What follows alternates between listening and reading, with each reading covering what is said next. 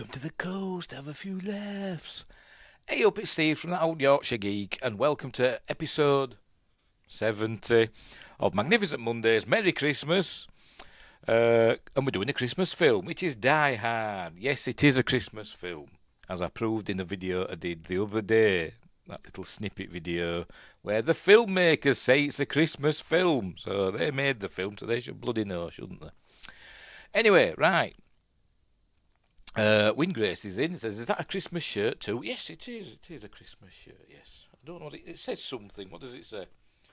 Rebel without a clause. Do you get it? Clause, but they spelt clause wrong. They spelt it with an e on the end. But never mind. Never mind. Where were we? Oh, Die Hard. Yes. So we're doing Die Hard, the original from 1988. Starring Bruce Willis, obviously. But before we start, don't forget to like and subscribe, share the videos, drop a comment, hit the notification bell if you're subscribed already. Right, we're live on YouTube. I'll just double check. Yes, we're live on YouTube. We're live on Rumble and we're live on Twitch. Yes, we are. Right. If you do the description down below, you'll see links for Facebook, X, Instagram. Also links for my books. Silent Predator, short horror novella about big cats doing naughty things in a North Yorkshire village. A Mercury Rapids light-hearted sci-fi action-adventure about UFOs and stuff like that. They're on Amazon Kindle and paperback, give them a whirl. Also, you'll find links for merch, which I'm not wearing again. My Patreon page, where you can see ad-free versions of some of the videos that I put up on YouTube. What else? And other stuff. Become a member, then you can join in the live chat. I've got to make the live chat members only because naughty people tend to come in and start causing trouble. So if you want to pay to become members, then fair enough. Dear Wingrace says, a rebel with no contracts or documents to hold you back. Well, yes, those sort of clauses. Not Santa Claus. He's got a Santa Claus hat on, though, but anyway. Right, Die Hard. Everybody knows this film. If you've not seen it, where have you been for the last, God knows how long it's been since it came out? 30-something years, isn't it now? Nearly 40, isn't it? 36 years. Yes, 36 years since this film came out. It stars, obviously, Bruce Willis, as I've said, Alan Rickman in his first movie role. He'd done a little bit of TV on the BBC before, but he was a stage actor. This was his first movie role. And he was wary of accepting the role or taking on the role because he thought, I'm playing a bad guy in an action film. So he was a bit dubious about it, and rightly so, because he generally played bad guys in films after that, didn't he, generally? But anyway. Who else? Alexander Godunov, Bonnie Bedelia, Reginald Vell Johnson, Paul Gleason, who else? Devorah White, probably mispronouncing that, William Atherton, Clarence Gilliard, who for many years I thought were I'm blanking. Tell you, start the thing, and me bloody think me. My brain stops. I can't think of the word for brain. Stops working. Geordie LaForge, Hart Bochner, and James Shigeta, and many, many more. Apparently, Vigo the Carpathian's in this film, but I've still not spotted him. I was today years old when I found that out. I've also got Robert Darby, Grandel Bush, and many, many more. It was directed by John McTiernan before he got into trouble. What did he get into trouble for? I've forgotten what he got into trouble for, but did he do prison time, or were he just in director's jail? I don't know, but anyway, he got into trouble for stuff. Based on a book, Nothing Lasts Forever, by Roderick Thorpe, which was a sequel to his book The Detective, I think, from the 60s, which had previously been made into a film starring Frank Sinatra, and apparently, because of legal reasons, they had to offer the part of John McClane to Frank Sinatra first. Because of contracts and stuff like that. And thankfully, he turned it down because he was 71 at the time. Produced by Lawrence Gordon and Joel Silver. Cinematography by Jan de Bont. Music by Michael Kamen. It got nominated for 4 Oscars, didn't win any. unfortunately. The budget of 25 to 35 million. It was a box office smash. Did loads of money at the box office. And spawned a thingamabob. Yes, brain. What is brain? Exactly, I don't bloody know. And Baby and the Gamers here saying hello. I forgot what I was saying now. See, my brain stopped, but it must be this hat. Or it's just the way I am. Anyway. It spawned a franchise, that's what I'm going to say. Yes, that's what I'm going to say. Which I've got on Blu-ray. And I don't mind all the other Die Hard films. Die Hard 2 is really good. I really like Die Hard 2. A lot of people's favourite after the original is Die Hard with a Vengeance, the third one. But I like the others as well. I like Die Hard 4, or Live Free and Die Hard or whatever. And A Good Day to Die Hard isn't bad either, but I'm a bit of a John Moore fan, the director John Moore. I think he does good stuff myself, but anyway. Windgrace says, I want to visit the universe where Frank didn't turn it down. Imagine that. It'd be like watching Sean Connery in Never Say Never Again, wouldn't it? Similar vibe, although it'd be a bit old, obviously. Right, so shall we just get on with it and we'll go into the film. I've got notes. A little bit of notes. Pardon me, see if I can remember them. And we've got to keep an eye out for Vigo the Carpathian. I forgot to look out for him when I was just watching it just now. But right, so as usual, I'm not just watching the film because YouTube would throw a conniption fit and shut down my channel. So I'll be watching it in a series of stills and I'll talk about stuff and try and remember the info I've gleaned about the film that probably everybody already knows. Right, off we go. So I'll make myself titty-tiny. I've got to do this first, though, haven't I? There we go. Get rid of them. Pop myself down. Which one is it? That one? Yes, it is that one. And off we jolly well go. Add it to the screen. Yay, we're off. And here we go. The good... Oh, I forgot to mute it, didn't I? There we go. The good old 20th Century Fox logo. The old one. Apparently... I looked it up. I thought, when did they change over to the CG version of the 20th Century Fox logo? It was 1994. So I'm thinking, is this one of the last films to have the old, traditionally animated logo? But no, it's not. 6 years later, they went to the CGI one. And I think John Williams redid the fanfare as well, didn't he? Was it then, or was it for Phantom Menace? I don't know, but anyway. Windgrace says, I watched Home Alone last night and it still had the old logo. So there we go. That was 1990, wasn't it, Home Alone? So there we go. It was 94 when they upgraded it to the CG one. Right, we're off anyway. Here we go. Right, here we are at Los Angeles International Airport, where it was filmed. They filmed this bit with the plane. Obviously, they filmed the plane landing. But the bit in the plane here, they are actually at Los Angeles International Airport. And the plane is just being towed round while they film this scene. But... anyway, he's famous, isn't he? I know his face. Who is he? I don't know. Has he got a name? I don't know. Does it just say Man on Plane? Let's have a look, see if it says. With his thingamabob. Robert, is that it? No, I don't know. Does he have a name, this character? I tell you, IMDb is sometimes really vague, isn't it? With the names of characters. I don't bloody know. He'll be there in the credits because he's got a speaking role, but I just don't know what it is. I've no idea. Businessman? Is it? I don't know. Let's have a look. See if there's a picture of him. I have no idea. It just says business. Whatever. He looks familiar anyway. Windgrace is probably typing in now who he is. Robert Lesser as businessman. Is that what his name? Businessman? I don't know. Do we see other businessmen? I have no idea. They should have said man on plane, shouldn't they? And then we'd know, for Christ's sake.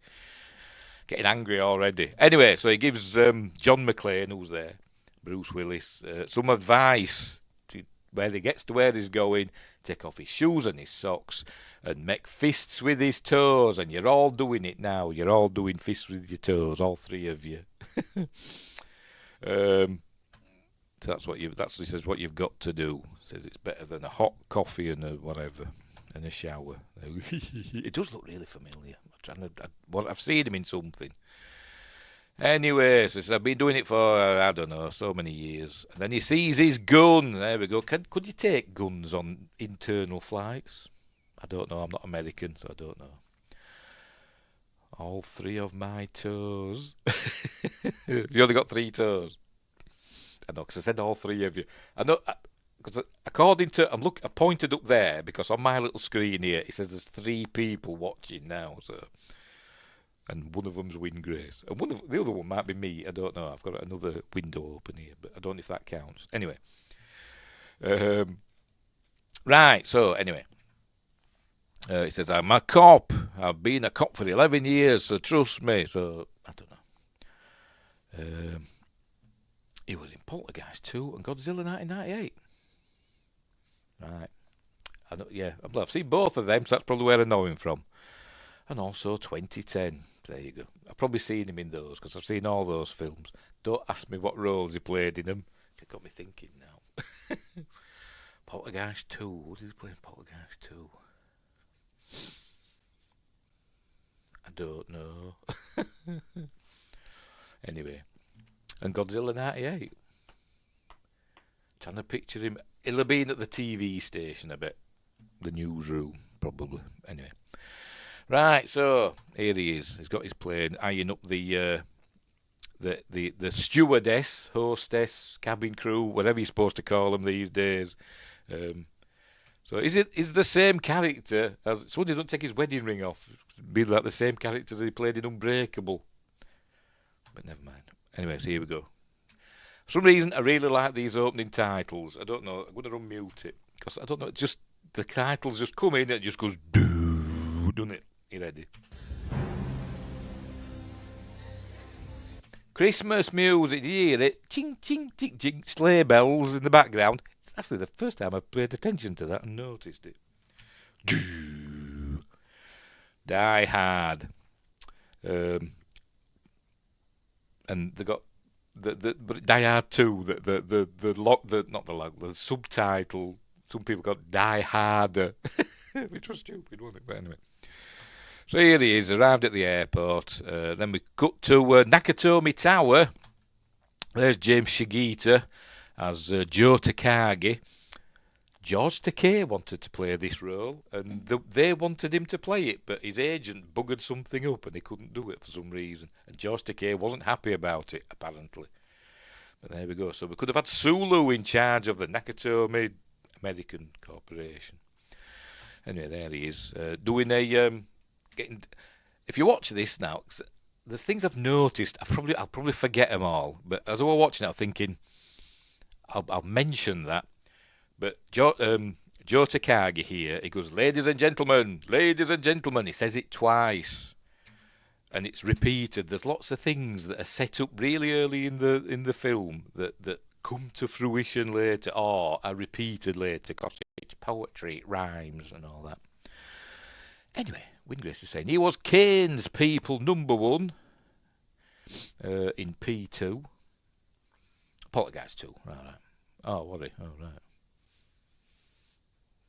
Don't know. Did we see Kane's people in Poltergeist 2? I presume they're on about, I think we saw, like, flashbacks, didn't we, of Kane. But anyway, that's by the back. We'll do Poltergeist 2 on A Point with Fear at some point. And Murray in Godzilla. Murray. Was he the mayor's assistant? I don't know. Apparently he's well known for basically being cameos in lots of... But a bit part actor, basically, and he's a bit part. Glorified extra. With speaking roles. Anyway, we're talking about, what's his face? Robert Lesser, by the way. That name rings a bell as well. I might be thinking of somebody else. Anyway, where were we? Joe Takagi, right? He says, ladies and gentlemen, he says it twice. And later in the film, well, in a few minutes, when the terrorists arrive, when Hans Gruber speaks to him, he does exactly the same. He says, ladies and gentlemen, and he says it twice, ladies and gentlemen. So obviously, you've got to say it twice to this crowd to get their attention, because they're obviously idiots. So anyway, so he's He's wishing everybody happy Christmas, and it's been a great year for Nakatomi, blah, blah, blah. By the way, this is a set. A lot of this film filmed on location at the Fox Plaza in Sanctuary City, up on the roof, on the 35th floor, I think on the 29th. Can't remember. I've got it written down somewhere. Hang on, where is it? Where have I got it written down? 29th and 35th floors. I think the foyer, whatever you want to call it. And obviously outside, but and on the roof as well. Did I say that? But this is a set at Fox Studios, stage 15. The what they call atrium, the 31st floor atrium, and the vault room that we see later. They're sets, and also there's some other little sets of other parts, but a lot of it's on location. Anyway, but this is a set. Apparently designed to look like Falling Water by Frank Lloyd Wright. I don't know, but anyway.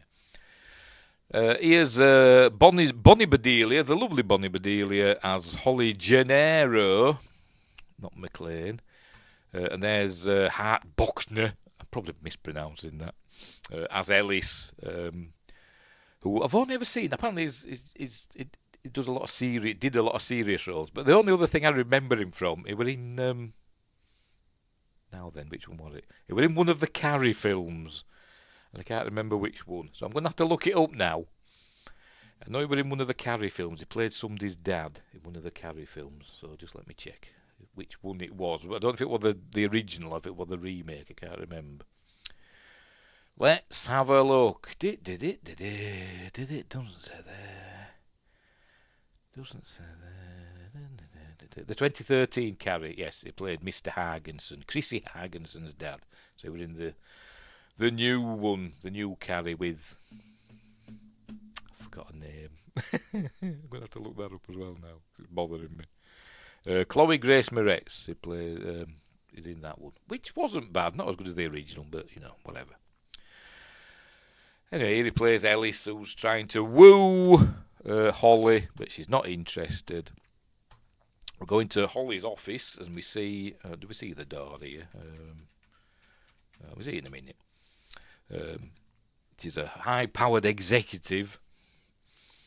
That Carrie was 2030. Yes, 11 years ago. 11 long years ago. Back in the mists of time. Anyway. She goes into her office. There's her assistant who's heavily pregnant. And she says, "Go on, bugger off. You're making me feel like Ebenezer Scrooge. Go have some fun." Right, she phones home, and here we see John Jr. there and Lucy McLean, who would be played... Lucy McLean would be played by Mary Elizabeth Winstead in Die Hard 4, and John Jr. would be played by Jai Courtney in A Good Day to Die Hard, the latest one. So there we go. So she's phoning up. She's going to talk to the maid, housekeeper, whatever you want to call it. Who may be an illegal alien, I don't know, but here she is, Paulina, there she is, playing, a Hispanic character, but apparently she's an Italian actress, not Italian, Italian-American, called Betty Carvalho. But anyway, here she's playing a Hispanic person, saying, "Hola, signora, Holly," whatever she says. Have I got subtitles on? I thought I had. Yes, I have. Why aren't they coming on? Yes, they are. There we go. So we learn that John's not phoned, so she's not happy. She thinks he's not coming to see him. But we know he's on his way, don't we? He's at the airport, waiting to be collected. So she's not happy, so she there we go. She slams his photo down because she's obviously a bit of a biatch and she's impatient, it seems. Just give him a chance, woman. Anyway. Here he is at the airport, and there we go. He comes across Argyle. There he is, J. McLean, Devorah White. I don't know how you pronounce it. And I don't know if I've seen him in anything else. Hang on. Let's have a look. Have I seen him in anything else? He's got one of those faces. There was a child actor in a Little House on the Prairie. Oh, excuse me. He was in the Blues Brothers. Never liked that film. I've never liked Blues Brothers. I know, Heresy. That would have been a not Magnificent Monday, Monday Moan film. What else? No, it's not been in anything I've noticed. Filmography. A lot of TV, Quincy, TJ Hooker, etc. Films, Blues Brothers, Action Jackson. I've seen that once with Carl Weathers in it as Action Jackson. No, I've not seen any of the stuff he's been in, but there we go. Never mind. Right, so there you go. I'm your limo driver. So off he goes. Apparently it's his first day on the job. But anyway, he's driving him to Nakatomi Towers, and everybody calls it that now. And apparently you can't take your picture outside it anymore. They've banned people from posing outside. I don't know what they do. Do they just chase you away or what? I don't know. But maybe it's not. Maybe they've made it so that you can't go up to it. You know, they made it like private property or something. I don't know. Maybe there's a barrier to stop you going up to it. I don't know. But anyway, we get quite a lot of information in this little car ride. It's a really well written script, I think it is. Anyway, it's tight, as they say, and really well done. We get a lot of information in this car ride because he's doing chit chat. You could say it's exposition, but it's chit chat. Two blokes talking, and Argyle's trying to get information about John McClane. So we learn that he's a New York cop.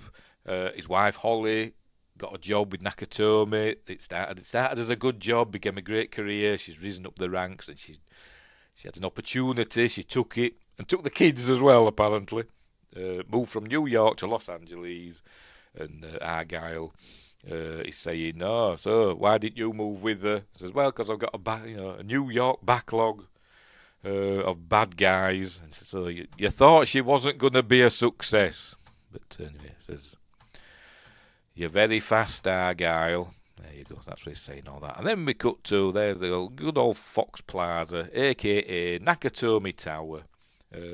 On a bit of a lean, is it? I don't know. Is it just optical illusion? Here we go. Right, so here we go. They arrive. Apparently, the production designer, Jackson DeGover, something like that. Hang on, let me have a look. Bear with me. Jackson DeGovier. That's it. Jackson DeGovier. You're the production designer. He wanted spoilers at the end of the film. Everybody knows. Alan Rickman falls to his death from the 30th floor. And the production designer wanted him to be impaled on the Nakatomi logo statue thing that's outside. Probably a bit like Saruman in Return of the King. But they decided against that.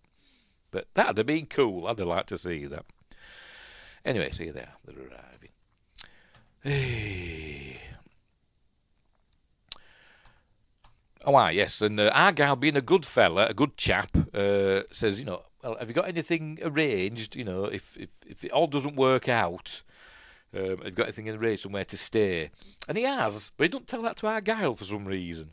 Or is he lying? I don't know. Later on in the film, in a few minutes, when he's talking to Holly, he says he's arranged to go and stay with an old workmate that's retired out there. But he tells Argyle he'll find a hotel. Don't know. But anyway, Argyle says, here's what I'll do. I will pull in to the parking garage, and I'll wait. And he gives him, you phone me on the car phone, because it's the 80s, and tell me, if you're in there with your wife, I will leave your bags. I will leave your luggage or whatever at the desk, and bugger off. Otherwise, if not, I will help you find a hotel. Sorry, I've got to sort me hat out. There we go. So there we go. So he gives him the card with the number on. He says, "Yeah, you're all right, Argyle." And then he says, "Well, remember that when you sign for the tip." I don't understand. Tips are not a British thing. How much would he expect then for sitting about in the parking garage? How much would he expect for a tip? I'd be giving him like a £5 or something. I don't know how much. how big tips to give people. But anyway. Right, so off he goes. In he comes. I don't think this is a set. I think this might be the foyer, entrance, whatever you call it, reception of the Fox Plaza. I think, maybe. I'm not sure. They didn't really say. But anyway, Wingrace says. And then 30 years later, Alan Rickman fell out of another window, but turned into a bat and flew away. He learns. Did he? I don't know. You'll have to... I don't know what you're on about. Did he play Dracula? I don't know. Dear. Right, where were we? He says, I'm here to see Holly McLean. He says, use the computer thing there. And so he says, right, so, hang on, let's go back. Right, so it goes onto this screen. He presses M, obviously. Oh, no, not yet. Right, it goes on to presses M, obviously, for McLean. And then it goes, obviously, a name's not there. There's Mr. Man. Mr. Man's there. So I'm just looking, never looked at these names. Anybody we know? Don't know. So it goes to next screen, like so. How does it go back to the previous screen? He can't, can he? There's no back button. We'll just have to exit and go back into it again, probably. Snape in Harry Potter. Not sure if that scene was actually in the movie or just in the book. I don't remember him turning into a bat. He might have done. I don't know. I can't actually remember what happened to Snape. I can't. And I've seen all the Harry Potter films several times. But anyway. So he turned into a bat, did he? Right, fair enough. Anyway, more important things. Why isn't there a back button on this? Anyway, so she's not there. She's not under McLean. But Bernardo Means is, and Margaret Moody. But anyway. So, hang on. Where are we going? So he goes to G, because he knows his wife's maiden name. He goes to G, and there she is, as Holly Gennaro, just above Bruce Gefeller. Gefeller. Anyway. I nearly pressed exit then. It's not working. Oh, what have I done? So there you go. He says, Christ! Because it's Christmas. So he presses Holly Gennaro. And then the bloody security guard, whoever he is, who I thought was Jonathan Frakes. It tells you. LeVar Burton, Jonathan Frakes. I keep mistaking all these people for Star Trek actors. He just says, on the 31st floor, they're the only people in the building. Why don't you just say that to start with? Instead of being an arsehole and saying, play with that. Anyway, but then we wouldn't have had that scene, would we? I'm going to show you this security guard. I think he looks like Jonathan Frakes. I think he does, but it's not. Anyway, right. So off he goes to the elevator. Says it, go get off when you hear the noise, or just press the 31 button. That's what you generally do, don't you? He nods at the security guard there, because it's manly stuff. You don't say, "All right, Merry Christmas." You just nod. All right, Sam, we're men, so we just nod at each other. All right. Manly man stuff. Anyway, Argyle reverses the limo into this parking space, and it's about as good as reversing as me. Look, there you go. That's it. Look, that's about as that's like me at the supermarket. It isn't. I'm lying. I'm a very considerate parker. Right. So anyway, out he gets. There he is. He's arrived on the set. Here he is. So he's looking round. He gets kissed by a bloke. I see he's them there. There you go. Gets kissed by a bloke. Merry Christmas! And obviously drunk. There we go. Jesus. Effing California. Remember, it's a new Yoik cup. Anyway, he sees a fella that looks Japanese, so he thinks, I'll ask him where Holly is. Anyway, introduces himself. So she's gone to the vault room. I'll take you to her office. So we see there, look, Her Majesty Gennaro, Director of Corporate Affairs. That's her job title. Kissed by a bloke on the cheek. Love that Seal song. Yes. I'm going to have that in my head all evening now. Kissed by a bloke on the cheek. Sound just like Seal, don't I? Anywho, so here we go. And this is where we meet Ellis is there in there doing some drugs or having a bit of sherbet, I don't know. But maybe it's a sherbet dip dab. If you don't know what they are, look them up. But I like the way he's casual about it. You know, he's snorting and just brushes the excess off. It's probably like $500 worth or so. I don't know, but brushes it off.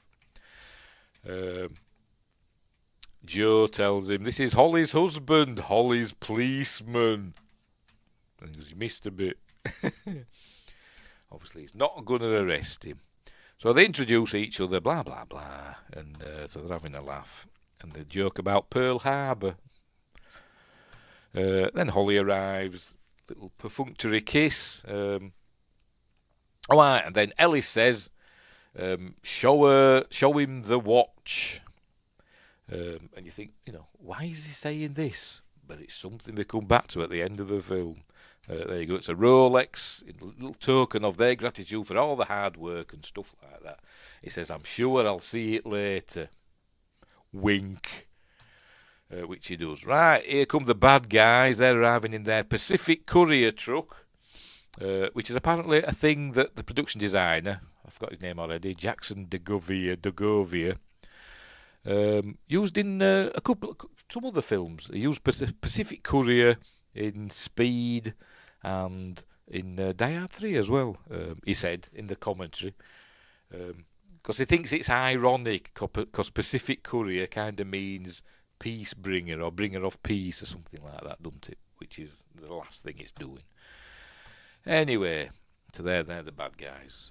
Not that we know that yet. Right, so he's gone, taking them to some bathroom and he's getting himself washed up. And then they immediately start arguing. No, it's where he's telling him that, Cappy Roberts has retired in Pomona. Oh, he says Ramona and she says Pomona. I don't know. I've never been to California, so I want to know. Anyway, she says, you can stay at my house. We've got a spare bedroom. I'd be like, we're bloody married. Never mind. I mean, are they legally separated? I don't know. Is the divorce going through? Not by the end of it. Anyway, never mind. So she says, I'd like you to stay. I missed you. And then he says, you didn't miss my last name, did you? Because he can't help himself. He's got to stick that knife in Annie and start an argument because he's a knobhead, essentially. So they start arguing. And she says, it's a Japanese company. They think a married woman. He says, you are a married woman. You're married to me. And blah, blah, blah, row. And then her assistant comes in and says, Mr. Takagi wants you to address the troops. Just be a minute. So she says, right, I won't be long. And then he says, oh, well done, John. You're a knobhead. The baddies are getting closer, but you're allowed to cross. Is that red? I don't know. But anyway. Here they are. And there's a car as well. A car and a truck. And one goes there and one goes down. And for some reason, I don't know why, it just looks really cool. I don't know why, but it just does. What do you call the shirt John is wearing over there? It's just a vest, isn't it? It's a white vest. I've heard people call them wife beaters. But it's just a white vest, isn't it? That's what we call them. And apparently they had 17 different shirts of varying shades. And there's a continuity error where it changes. It's not really it's not a continuity error. It's an editing error. But that they used a shot out of order that they should have done. Oh, give up. Out of order what they should have done. But that's to come later on. Right, here come the bad guys. Right, here they come. William Riker's about to get blown away in a minute. There they go. They head down into the parking garage. Here comes LeVar Burton. I know it's not. And Alexander Godunov. This were an early role for him. I don't know if it was his first film as well. I don't know. But he's a Russian dancer. But he was in something else as well. I can't remember what. But Anyway. They are mainly wife beater over here, but now we can't. So that say that, so no one knows what to call. It's a vest, isn't it?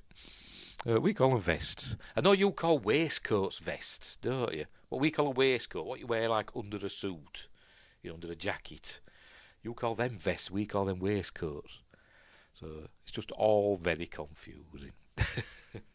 with what is it? The countries that have I forgot the phrases now. Never mind. Whatever. Right. Anyway, here comes Geordie LaForge.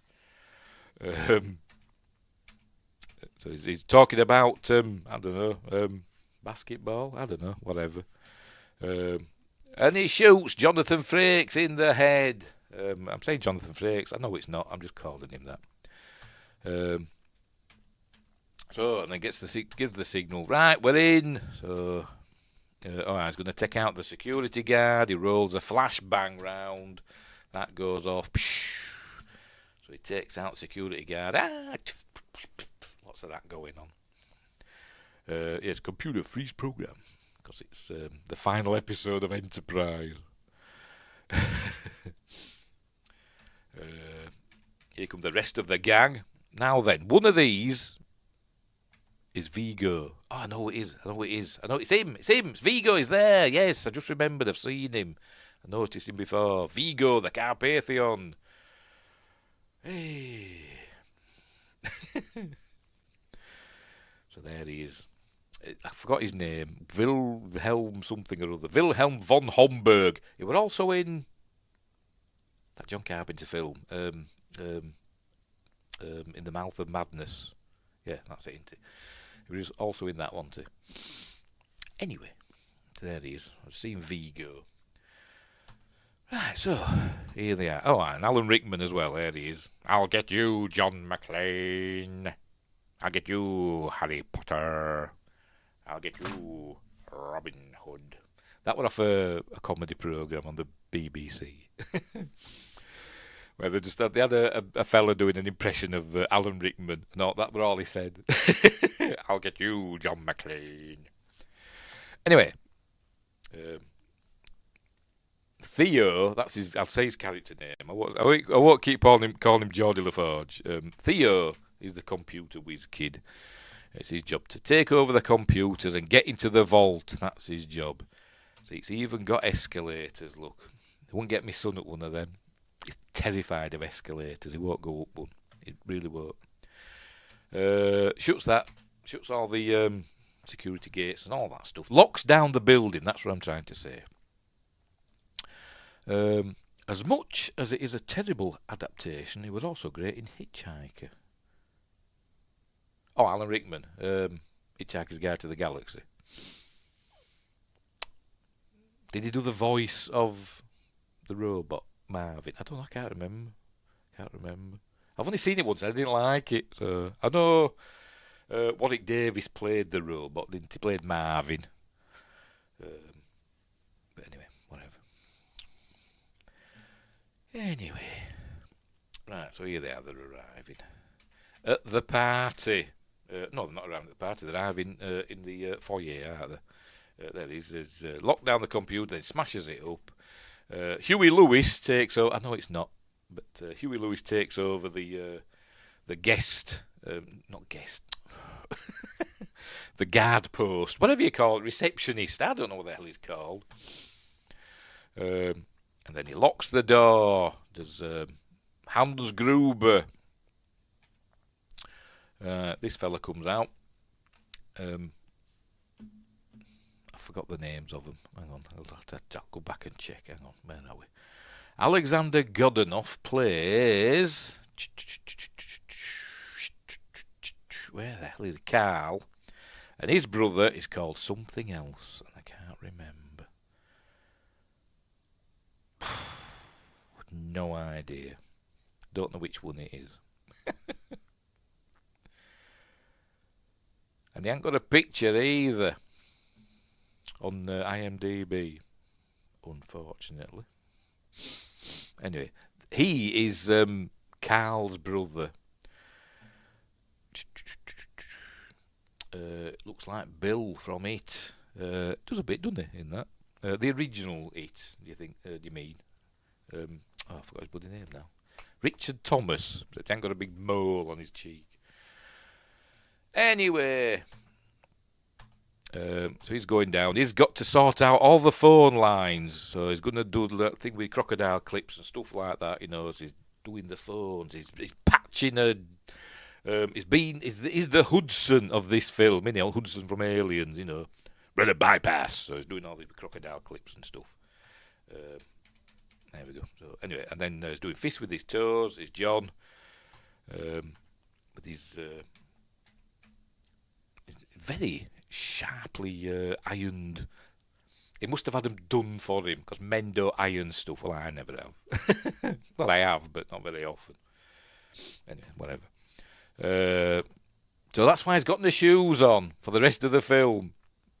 Because he's taking them off, all because of that man on the plane said, take your shoes and your socks off and make fists with your toes. If he hadn't said that to him, it'd have been fine for the film.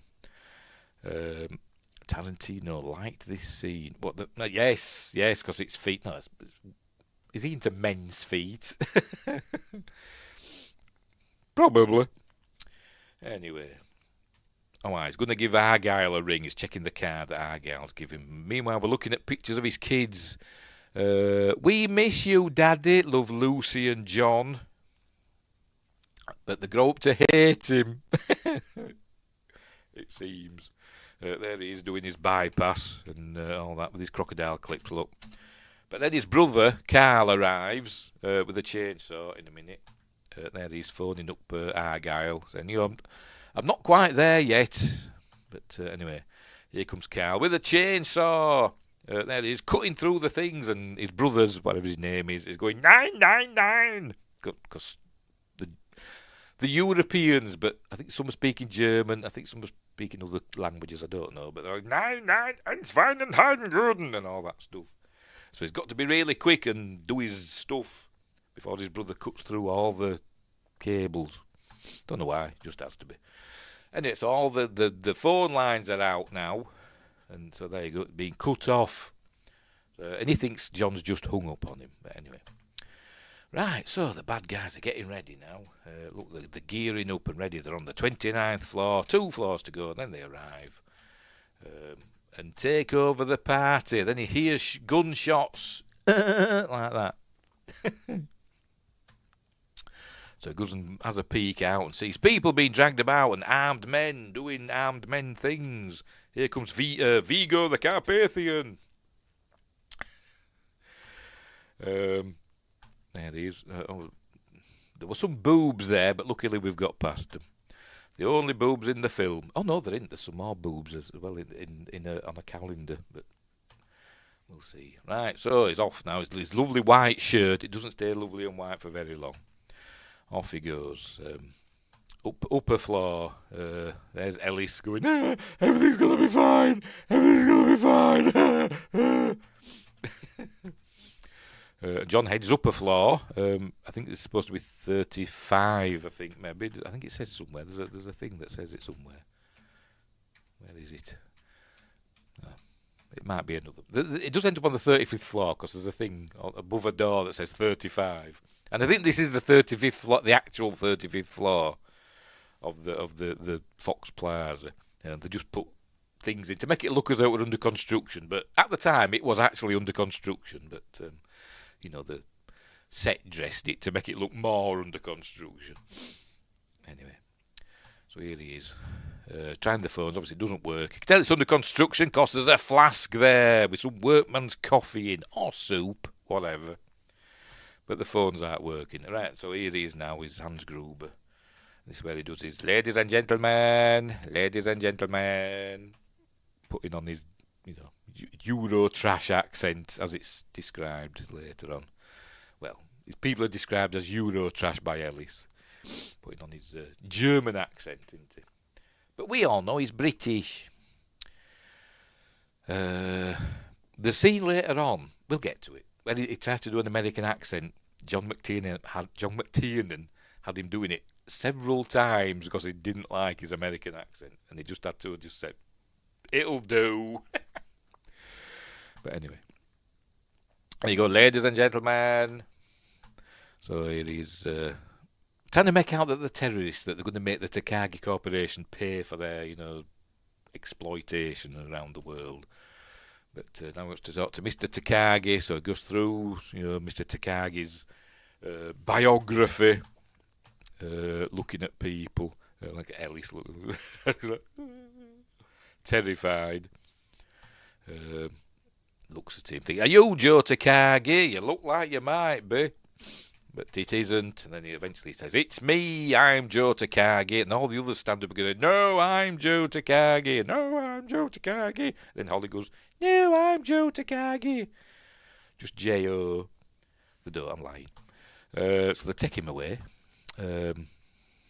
There you go. So he's looking at the floors. 31 computers, I don't know. 32 construction, 33 computers, I don't know. But, they're in the elevator again. Don't know which floor they're going to now. Does it say? I don't know. Doesn't show us, does it? But anyway, they go to this area.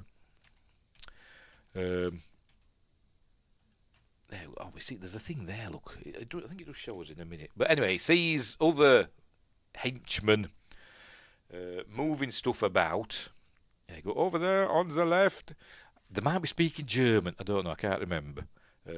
Sometimes the subtitles, it translates what they're saying, and sometimes it doesn't. But there you go. Guided missile. Ooh, crikey. What they're going to do with them? Right. There you go. It's on 35. Look, I knew there was a sign that said what floor they were on. Anyway. Right, so they're on this. I don't know what level this is. I don't know. It's obviously a different level because they're in an elevator, but maybe it's 30, where the same level that the vault is on. I have no idea. But there's models and stuff of Nakatomi projects, including the tower itself and the big bridge and other stuff. And a helicopter. Anyway, it's followed them. So maybe this is 35 then. I don't know whatever. It doesn't matter what floor it's on, does it really? But anyway. So anyway, saying, I don't want to talk about all that stuff. Theo's got some questions for you, and it turns out they're wanting the password essentially for the computer. And he says, "I don't know it.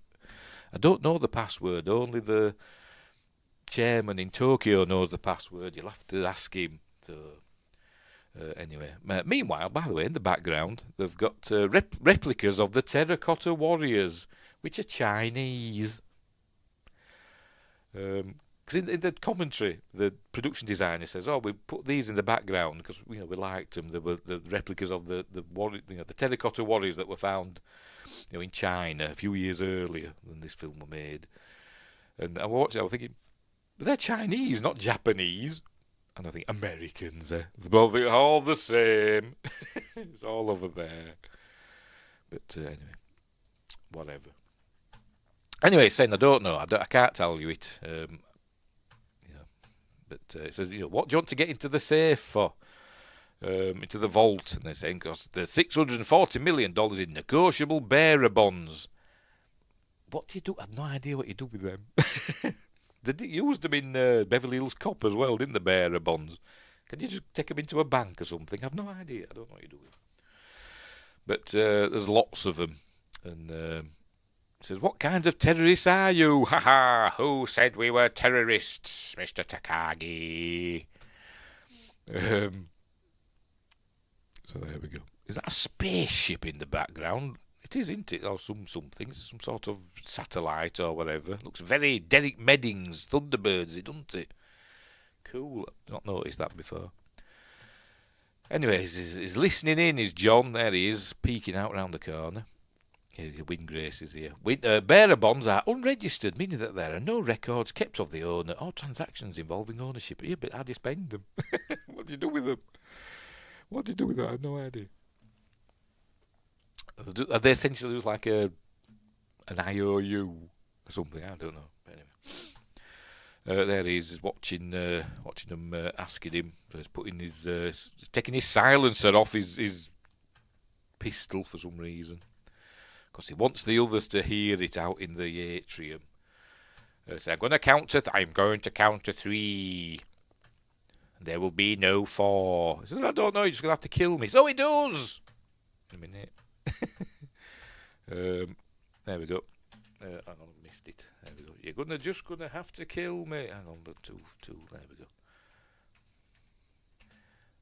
Bang! Shoots a dummy's head off. So that's the end of Joe Takagi. So we'll have to do it the old-fashioned way. So Theo's got some work to do now. I've got a nephew called Theo, by the way. Just thought I'd mention that.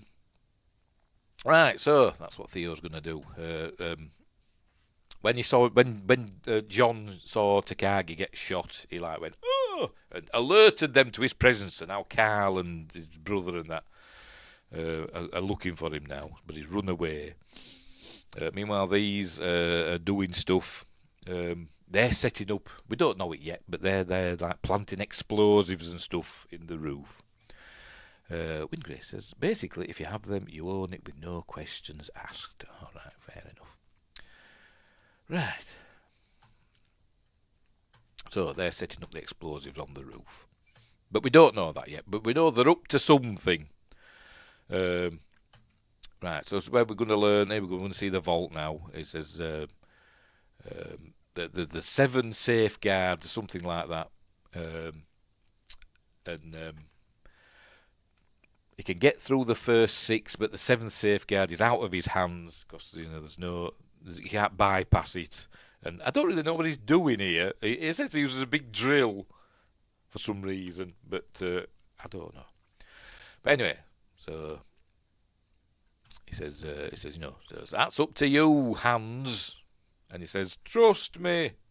Meanwhile, John's like, oh, God, why didn't you do something, John?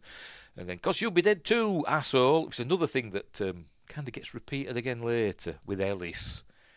Why didn't he help? Because, they're both being dead. Anyway, so he has an idea. Aha! He sees the sprinklers and they're there. So he sets off the fire alarm. And there you go. The fire alarm's going off. We got the fire alarm. So Hans Gruber tells him, phone the fire brigade or whatever you call fire department. And says that. Says that to him. Give them the guy's name, whatever. Cancel the alarm.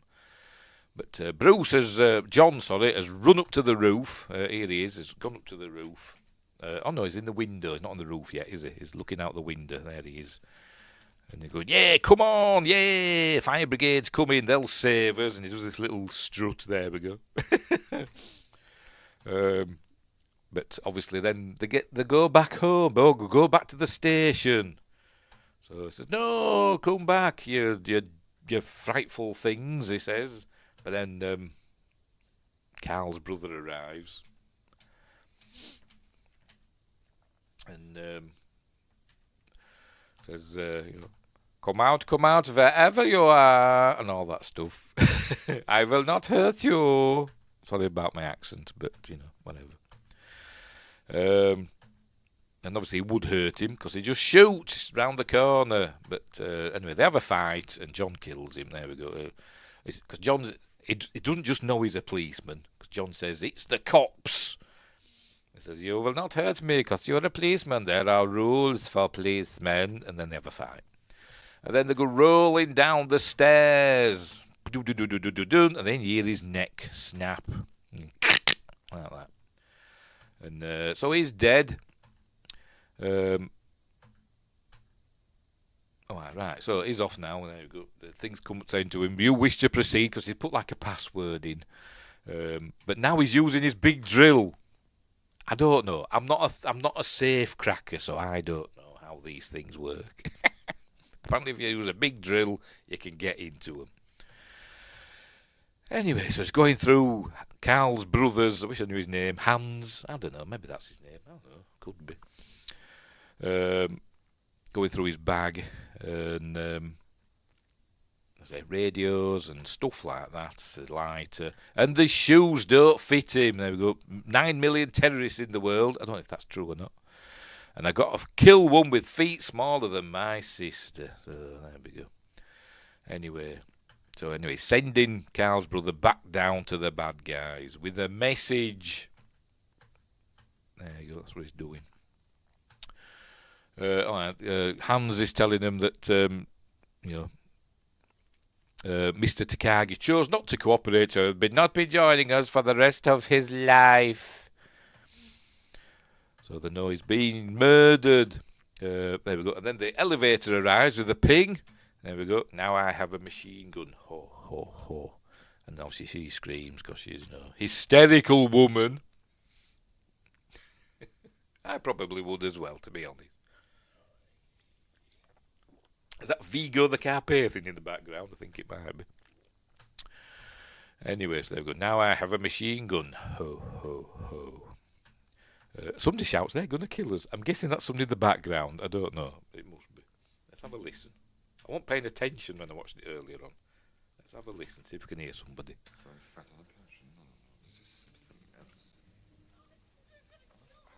Yeah, you could just hear it. Somebody in the other room going, oh, they're going to kill us. Why did they subtitle that? I have no idea. But little do they know, John's on the roof of the elevator, listening in and taking down their names. There we go. We have right. Oh, it's Hans Gruber, isn't it? So he's not called Hans, it's Hans Gruber. Oh no, Gary Chalk has stage 4 lymphoma. Oh dear, very sad.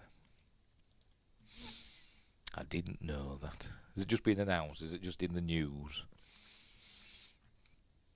Anyway, Gary Chalk was in. There's been loads of stuff, but he was in more recently. Stargate, played Colonel Chekhov in Stargate. There's been in loads of stuff. I think he's Canadian. He's a Canadian actor.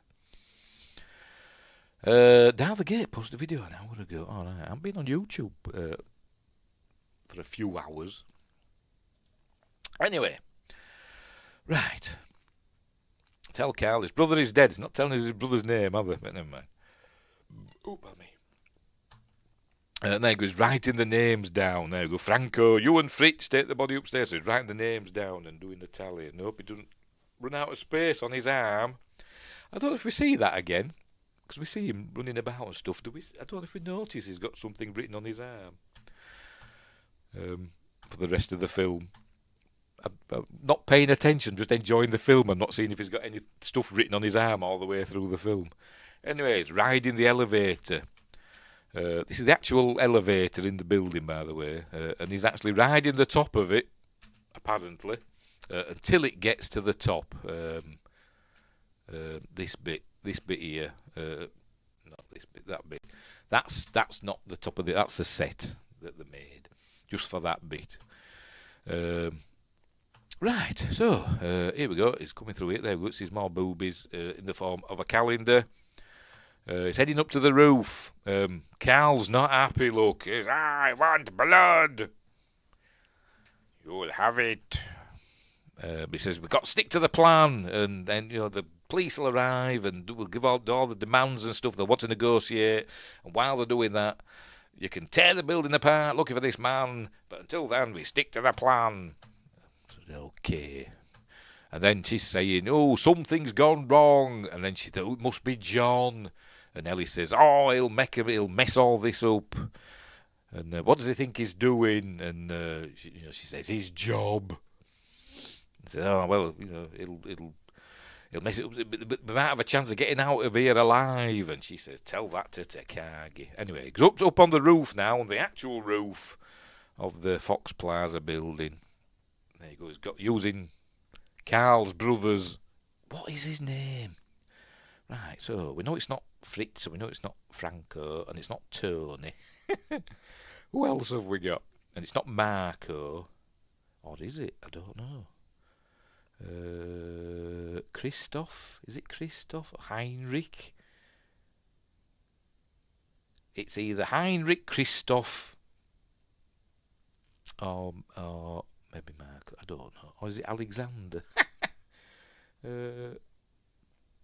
I don't bloody know. Whatever. Anyways, using it's the CB radio. They're not walkie-talkies they're using. It's CB radios they're using. There you go. So to communicate. Are they still a thing? CB radio. They will be, won't they? But they were big, weren't they? Back in the 80s. Late 70s, early 80s, CB were a big thing. Used to be Breaker 1.9 for a copy. I think it was Breaker 1.4 in America, but I think in the UK it was Breaker 1.9 for a copy. I had a CB radio briefly with a biscuit tin aerial. Where you fasten the aerial onto a biscuit tin. Anyway, whatever. So obviously they can hear him through their CBs, and he's telling them, he's on the police. Channel 9, there's terrorists at Nakatomi, and there's hostages and all that stuff. So they say, it's on the roof, go, get him. And then we cut to, this is a set, according to Jackson Degovia. Nice little set, he said. Nice little set. Where it's supposed to be the communications room or whatever, call centre, I don't know, of the police, the LAPD, and she's saying, you're not supposed to be using this channel, it's restricted, and so he says that. And she says, hang up, get off the air, and dial 911, and or I will cite this as a federal violation. He says, fine, come down here and arrest me. So that's when she says, get somebody to have a drive-by. A black and white will have a drive-by. But then they start shooting at him. Now that's a good running off. So that's when she says, get Reginald Vell Johnson on the case. Al Powell. Here he is, buying Twinkies. And he says they're for his wife, because apparently his wife's pregnant. But apparently he likes Twinkies. So either for his wife or they're for him. It's just a greedy git. By the way, I love Twinkies. We don't really get them very much over here. You can get them, but they're kind of expensive. But anyway, kind of moreish, I find. But anyway, so he's having a bit of banter with this clerk. Said, I thought you guys only ate donuts. They're for my wife. She's pregnant. Yeah, whatever. Bag it, he says. And then he gets a call. Check out Nakatomi Plaza. So he goes outside, he checks, and I thought these lights on here, I thought these were like from the gunshots and stuff.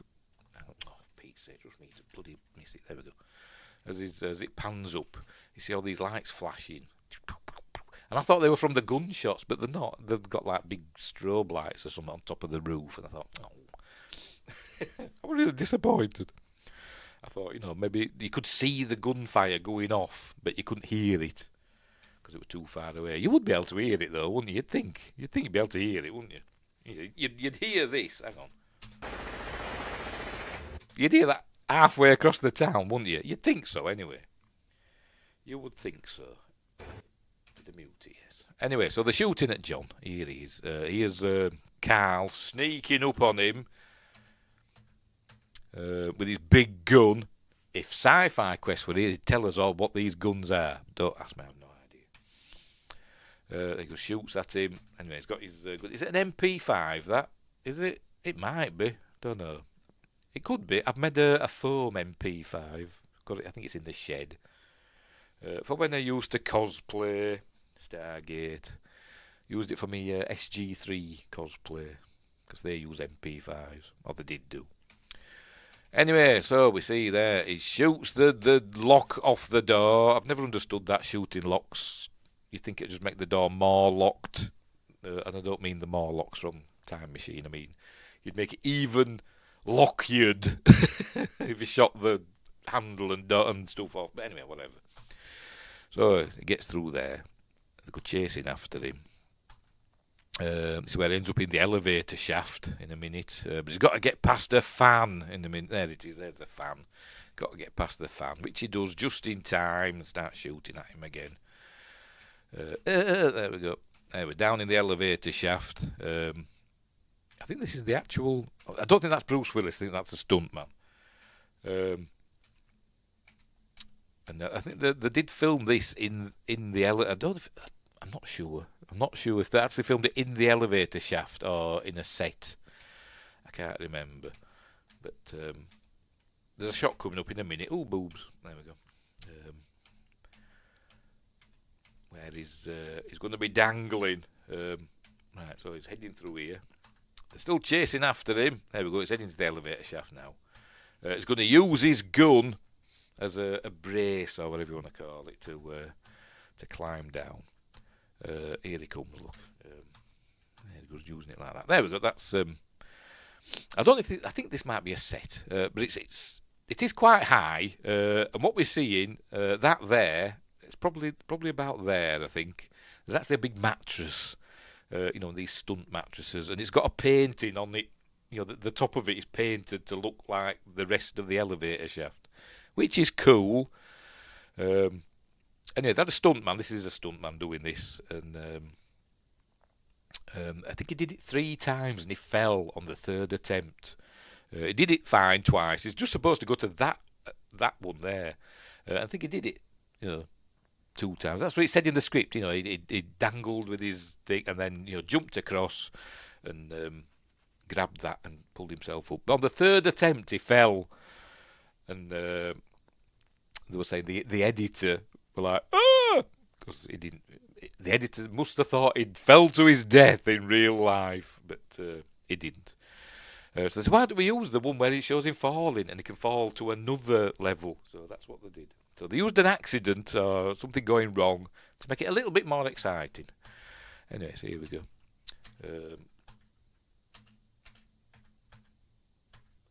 So he falls. Look, the strap gives way. In a minute, here it goes. Closing in on him. He's trying to get to that one. And then he falls and grabs onto that. He's got strong fingers. It was like Lara Croft fingers, aren't they? Grabbing onto that. I'd have just fallen to me death.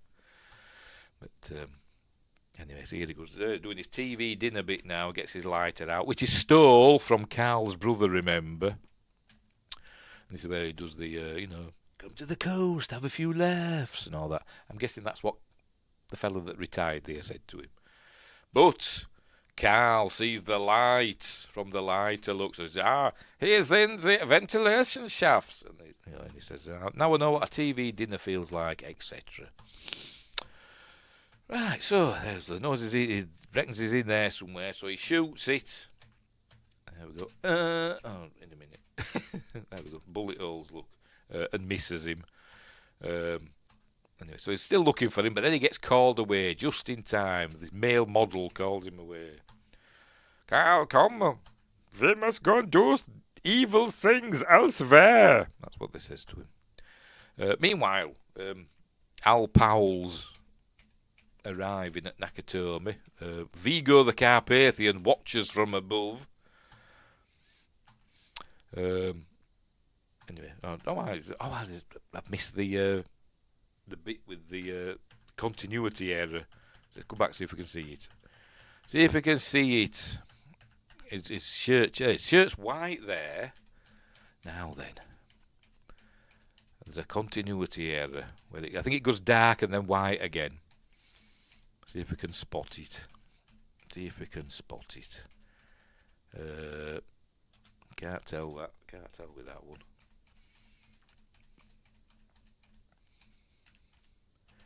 That looks white there. Maybe it was that bit that we just saw. Because it looked dark there, didn't it? Maybe it goes back to whitish again. Let's see what happens there. When they say continuity error, it's not. It's an editing error. Something edited out of sequence. Right, so let's have a look. So it's dark there, isn't it? His shirt.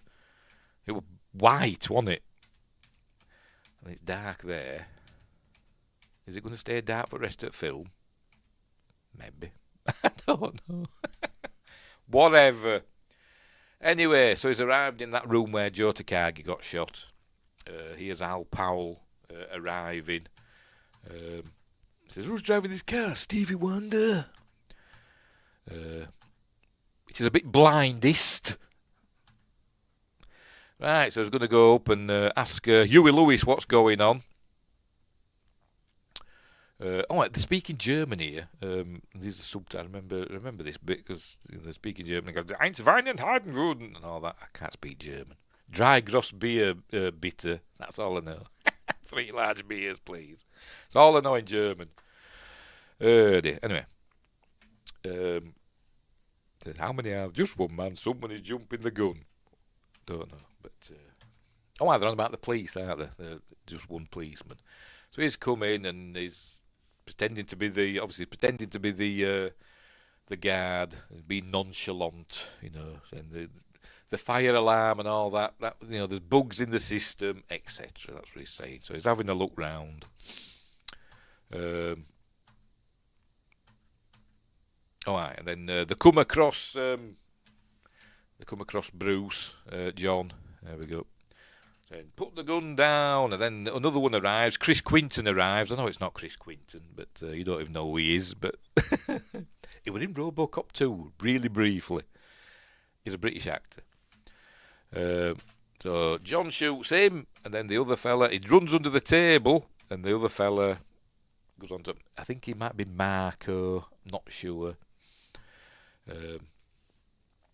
He was another bad guy waiting there to see if if he'd gone a bit further or gone around the corner, Al Powell would be dead. But he says, "Oh, hell with this." But anyway, he's saying, "You're running out of table, pal. So when you should have killed me when you had the chance," or whatever he's saying. I don't even know if he's saying it in a German accent. I can't remember. But says, "Thanks for the advice," and just blows him away. There we go. Blows him away, shoots him through his ghoulies. And so that's the end of him. Anyway, so he's going. So, right, I'm off. See you later. Merry Christmas, etc. So off he goes. And then he gets a body. I think it's the fella he's just killed. He's just thrown out the window. There we go. Here it comes. Whee! Splodosh. So it just reverses. And I'm not... Who's shooting it? Like we see, there's somebody there actually shooting. Is this Bruce Willis or is this one of the other terrorists? I don't know who's shooting. Is it the other terrorists? I'm not entirely sure. But then it looks like there's then he says, "Welcome to the party, pal." That's a set, by the way. And then we see another, but that's just like, I don't know. Oh, there's somebody holding it in there. I thought it was just like propped up, just shooting out randomly. It's just like shooting out. Horizontally out, isn't it? But whatever. So he's reversing. There we go. They're shooting at him for some reason, are the terrorists. And so he's reversing. He's calling on his radio, "Get me help here, God damn it!" And he goes into that bit. And this is I forgot his name now. We said Nordberg, but that's something like that, isn't it? Thornburg, that's it. Nordberg's off Police Squad, isn't it? A Naked Gun. Oh dear.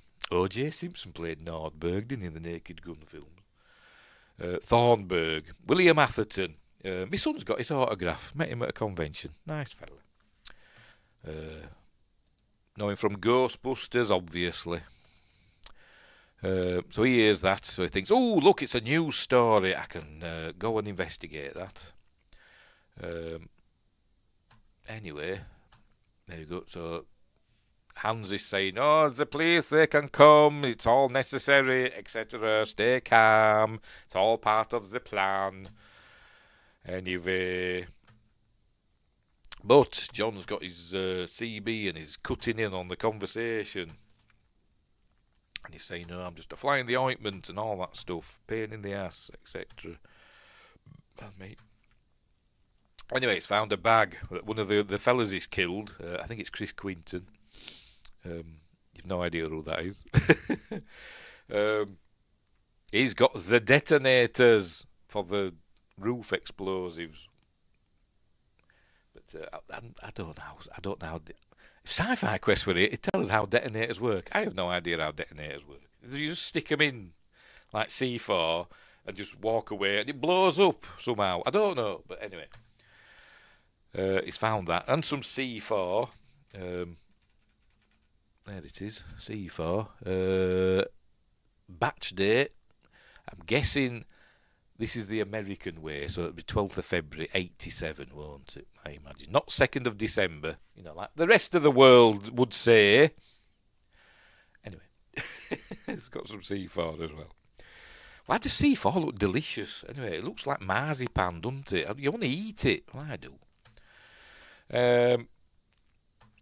Right, so he's they're having a bit of banter now, and they're talking about how he's like a cowboy, another orphan of a bankrupt culture who thinks he's John Wayne, Rambo, Marshall Dillon. Says, "I was always partial to Roy Rogers." There you go. And this is where he does the famous line, "Do you really think you have a chance against us, Mr. Cowboy?" This is where he does the immortal line, "Yippee-ki-yay, melon farmer." I think they also used on the British, there was on British TV, they said Kimosabe, which is problematic in itself in it these days. But anyway, then I think everyone is like melon farmer, wasn't it? But yippee-ki-yay, MF, is a cowboy diplomat, just like Spock, says Wingrace. Cowboy diplomacy. Anyway, I wonder if Spock ever said that. Not that we can't see, it's gone now, never mind. Right, Thornburg wants to he wants a truck to go and cover this thing at Nakatomi, and he's saying, "No, we ain't got any," and all that stuff. Said, "Right, I'll steal a truck." And the fella that's gonna do the news, Harvey, whatever he's called, Harvey Johnson, no relation.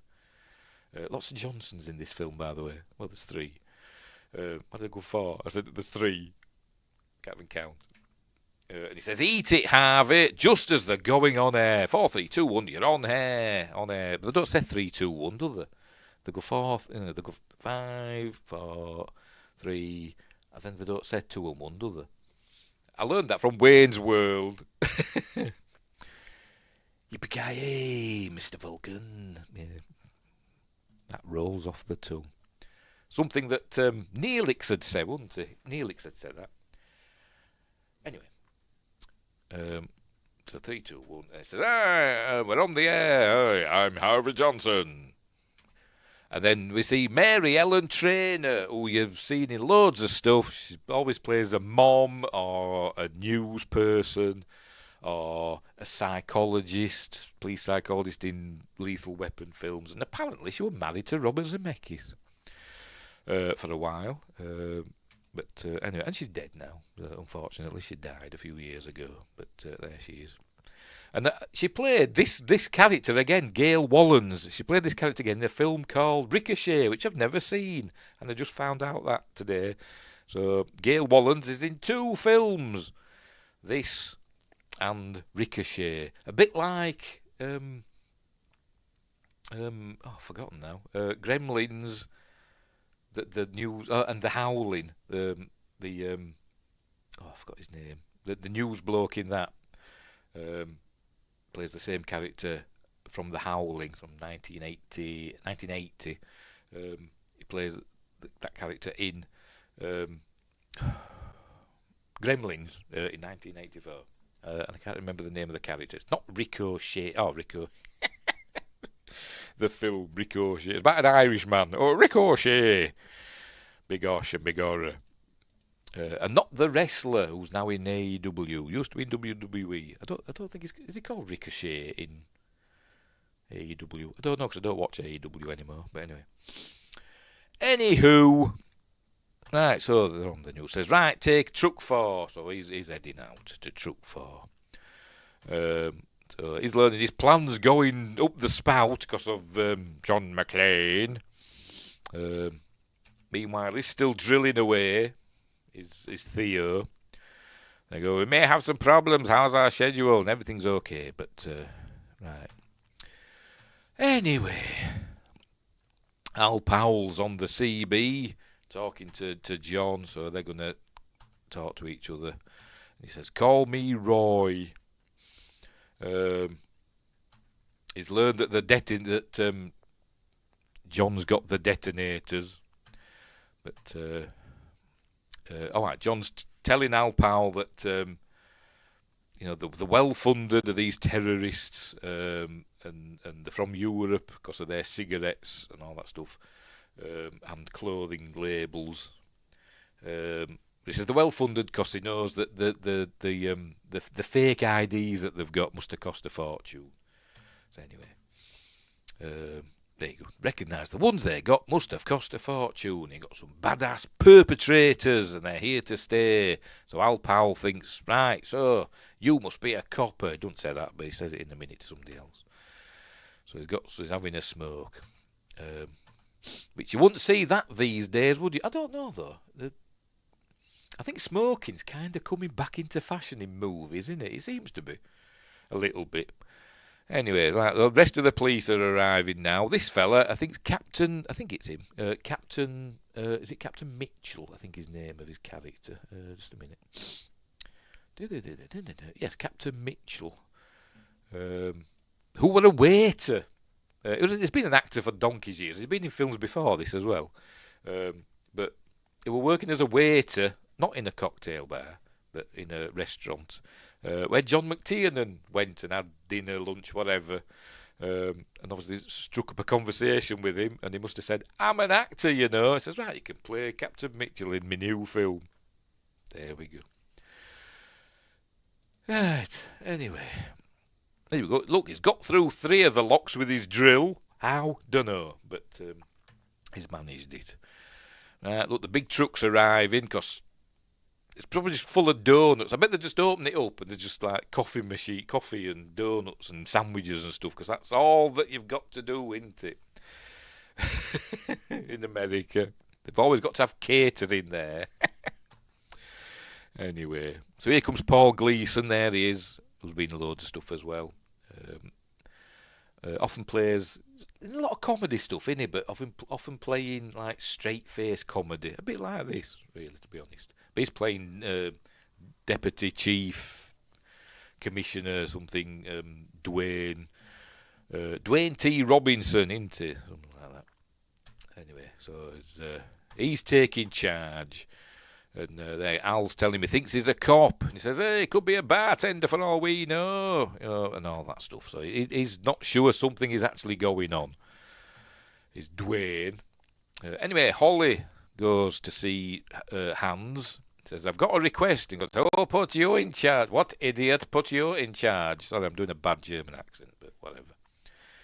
And she says, "You did when you murdered my boss." And he went, "Oh, got me." So she says, there's a pregnant woman out there and it's sitting on that rock, it's not doing her back any good. So, she needs a sofa. So he says, "I'll have a sofa brought out," so whatever. And he says, "We need to go and wee and poo and stuff like that. So take us to bathrooms." So he says, "Right, fair enough." Says, "Takagi chose his people well, Mrs." And she goes, "Ms. Gennaro." So there we go. Not letting on, because he's looking at the photos, you see. But remember, she put the photo down with John McClane on. Remember, he doesn't know what John McClane looks like yet, by the way. He's just heard his voice. But there's no photo of him. There's just her with the kids. So he must be thinking, ooh, she must, have kids out of wedlock. What a floozy. Anyway, there you go. We're not seeing, she's glancing at that. But he's not looking yet. Right. So they're on the news now, look. Is Thornburg. And he's saying, terrorists have taken over Nakatomi Plaza. And then he's what just happens to be watching the TV in the limo at the time. And boozing. Not supposed to drink and drive. I know he's not driving at the minute, but he will be soon. Oh, excuse me. And then he notices and he's like, "What the?"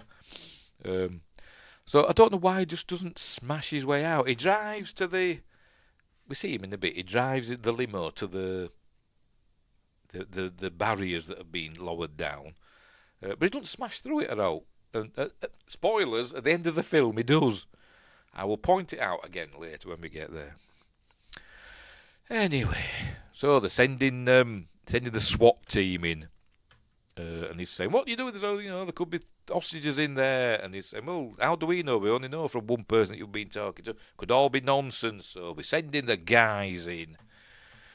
But anyway, so that's what's going on. They're getting setting lights up.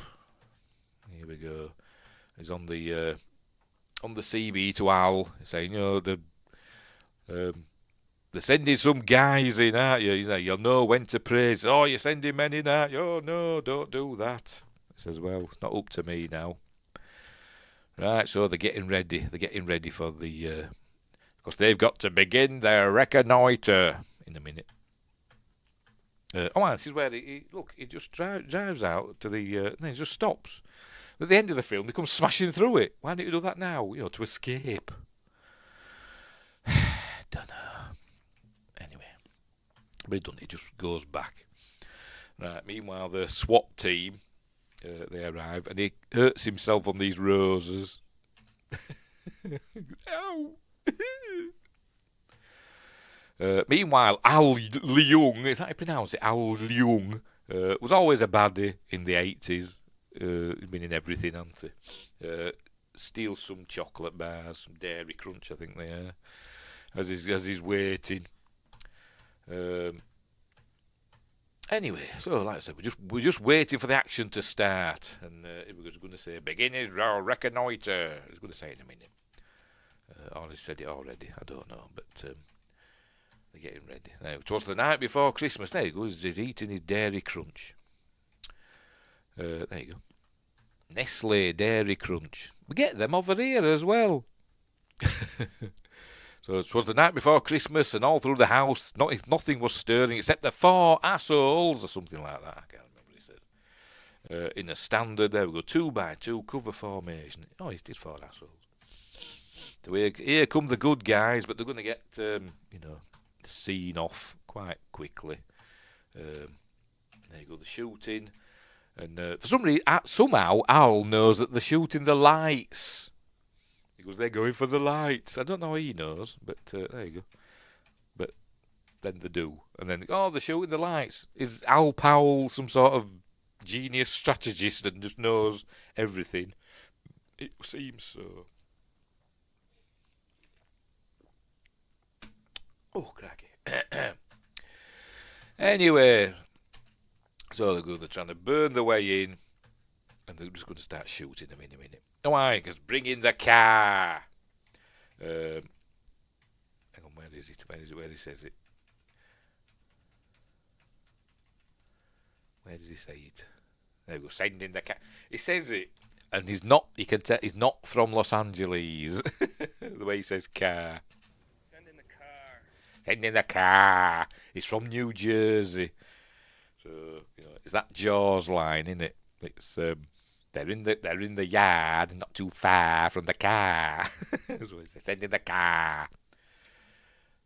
Anyway, whatever. Which is a British thing, apparently. As I said, Sci-Fi Quest to tell us this. It's a Scorpion, a British Scorpion armoured vehicle or something. Here it comes. There it is. I wouldn't have known, but he said it in the commentary. So they're going in, and they're just going to start shooting. Anyway, there's another bit coming up here now where one of these things falls off. We'll get over here, hurry, and one of these there we go. It falls off there. And go, oh, look, leave it, move on. But it's necessary for that to fall off for John to do something in a minute. That's it. It's really well done. Even though the script wasn't completed when they started filming it, and it had loads of rewrites, and there's a lot of ad-libbing, not ad-libbing, you know what I mean? I can never remember that word. Where they make things up. Why can I never remember that word? Whatever. A lot of ad-libbing. But it's still a really, tight script. I think it is, anyway. By Stephen E. D'Souza. Anyway, so they've dropped one of it's them rocket launch things, missile things. They've dropped one. But it says, leave it. We haven't got time. We've got to go back. So they're doing the launcher there, and they're just going to take out the armoured car. Here it is. They've got themselves an RV. So here it comes. And I think it was John McTiernan in the commentary said, the negotiations to allow them, with 20th Century Fox, who were making the film, to get permission from 20th Century Fox to drive this armoured vehicle, which is a real armoured vehicle, as I said, it's a Scorpion something or other, up these steps and smash the barriers and stuff. He says, and they charged them a fortune for it as well, did 20th Century Fox, to smash these barriers. He said it took months of negotiations just for this bit here, just so they could smash that handrail. Anyway, they go the fire rocket launcher at it, and then they hit it again. They go, hit it again. There you go. So they shoot it again. So it's now got to. he's got to come up with something as John, so he gets this chair and he gets all the C4 in the bag and the detonators. He gets an axe out. He'll shoot it again. Look, boom. So are the fellas inside okay? I don't know. Do we see him again? Do we see him getting out? I can't remember. Because apparently these Scorpion armoured vehicles are really, really tough, according to the production design. And you could set them on fire and blow them up and all sorts. But anyway, so he's opened up the elevator shaft again, and he gets looks, it's all on fire, look. And the poor SWAT teams are all shot up.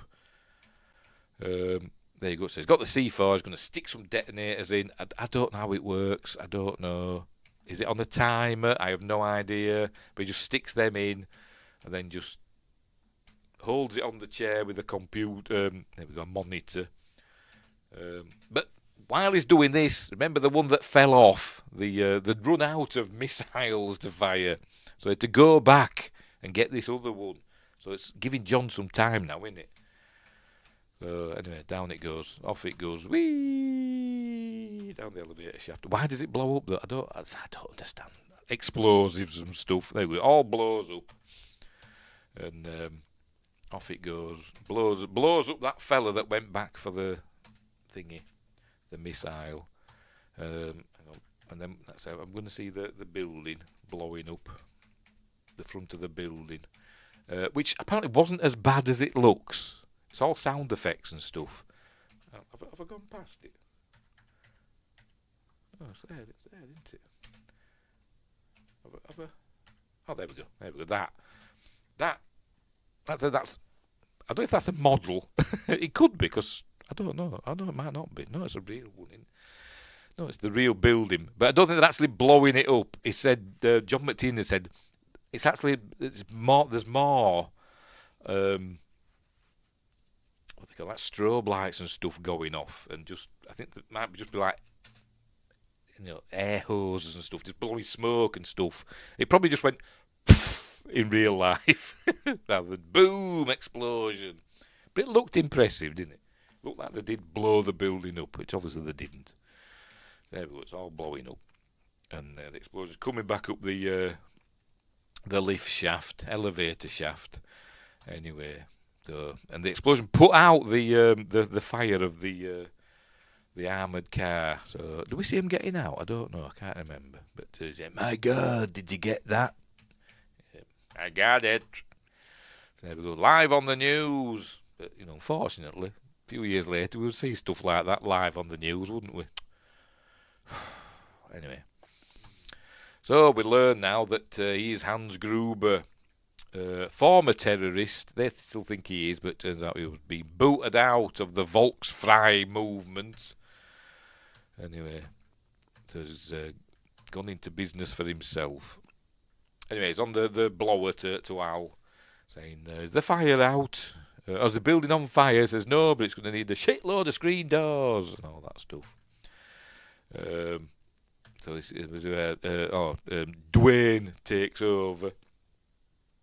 And gives him a chewing out, and there we go. Who gives a shit about glass?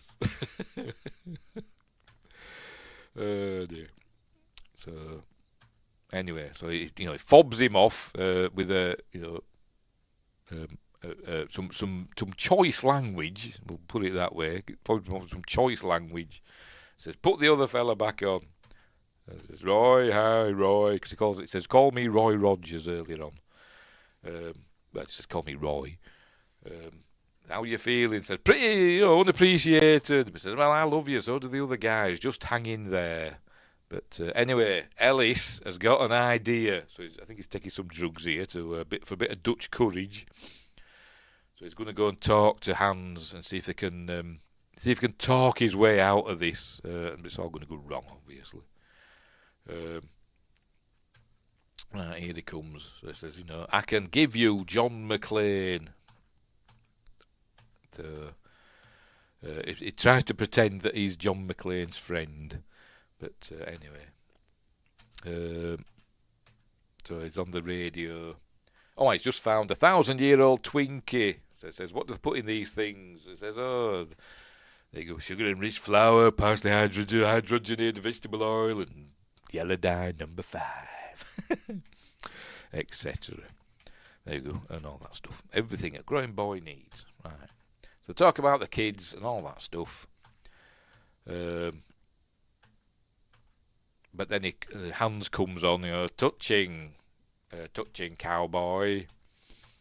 But then he says, got a friend of yours here. So John thinks, it must be Holly, because she's the only person he knows there. But it's Ellis, but he's been, a smarmy sod. Says, hey, John, you're stuffing up the works. You've got to give them their detonators, or they're just going to kill us all, or they're going to kill me. But he thinks, because he's stupid and naive, he thinks he's cut a deal with them that they're not going to kill him.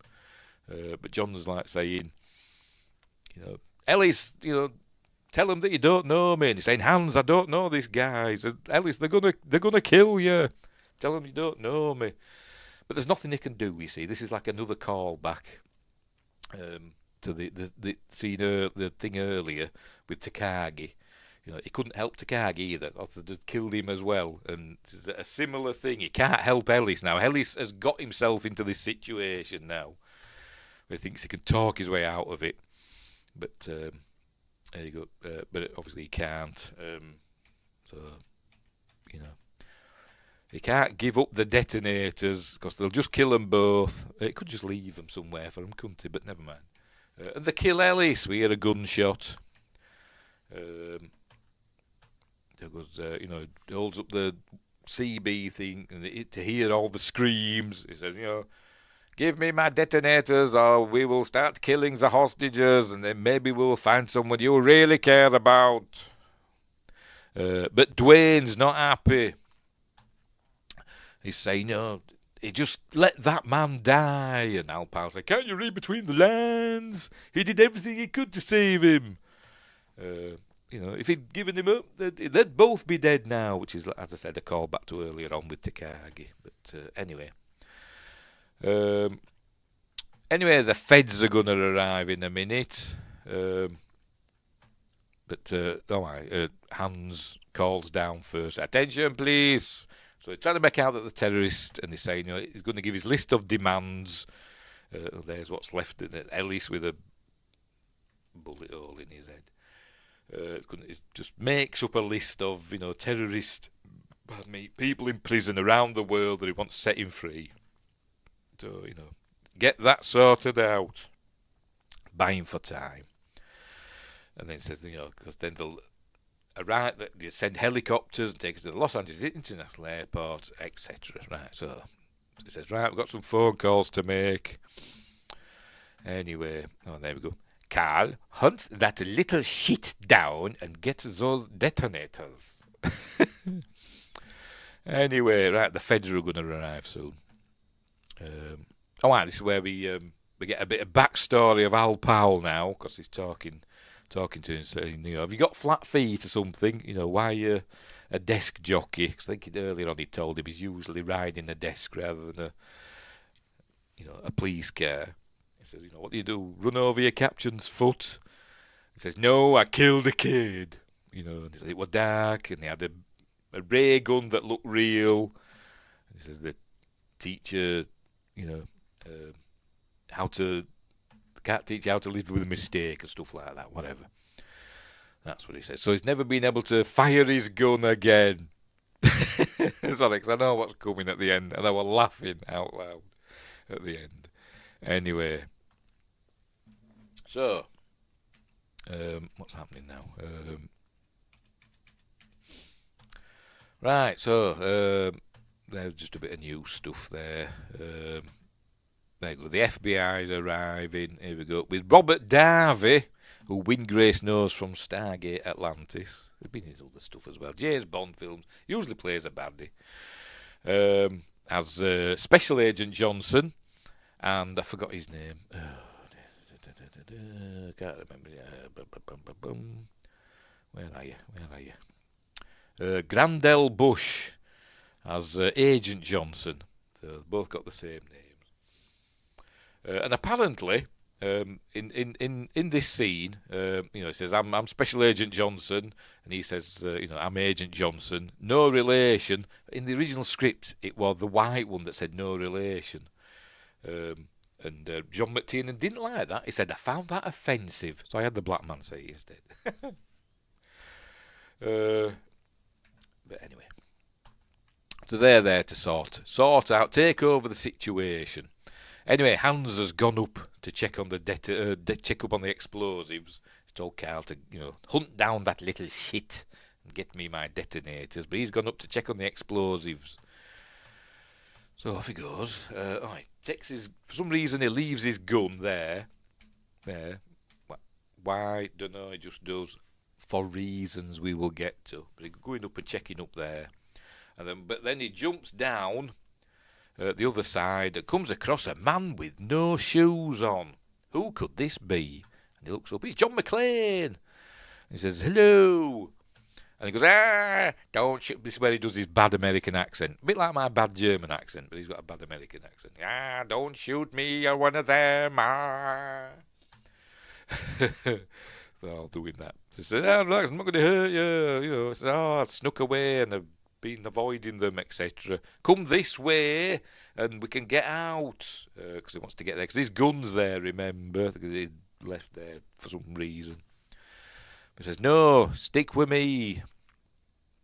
Anyway, so they're going to cut the power of the feds in a minute.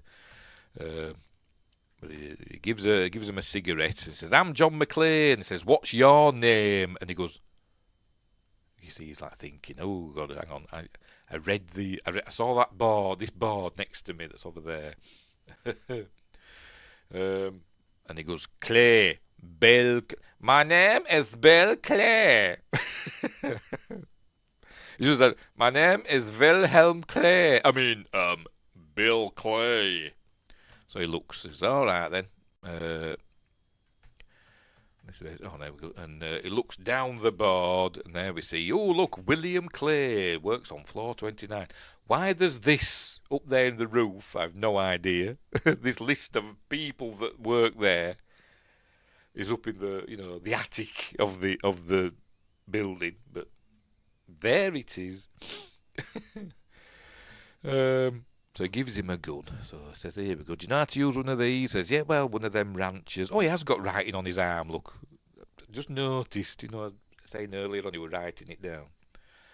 He must be left-handed then, mustn't he? Yeah, he must be left-handed then, must John McClane, because he was writing it on his... Yeah, why do you want to do it? He must be left-handed. Or maybe he's ambidextrous. I've given my right arm to be ambidextrous. Anyway, he gives him a gun and says, do you know how to use this? He says, right, come on then. And then he starts speaking in German that's not subtitled for some reason. I don't know why. And then you can see he's pointing the gun at John.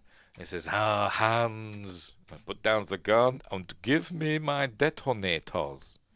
Says, Hans, pretty handy with the accent. Should be on TV with an accent like that. But there's no bullets in it. He says, I'm going to count to 3. Yeah, like he did with Takagi. And he just pulls the trigger. And no bullets. Oops. But then the bad guys arrive. And he takes out another one, look. So, luckily there's plenty of bad guys. But they're running low on them now, aren't they? He keeps killing them. And then he's running through the control data machine room. Control data's, I don't know if they're still going, but they used to make like mainframe computers and stuff. I used to work at a computer company, but they didn't use control data. But they did work with other companies that used control data computers. We used a Honeywell DPS-8 and a DPS-88, a DPS-6 and DPS-7. That's what we used. But anyway, whatever.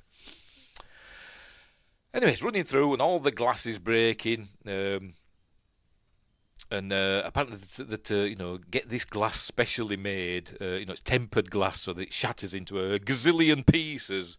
They did all that. And so he's running through, takes out another bad guy. There we go. Shoots and kneecaps him. And he goes, that's not tempered glass, is it? But never mind.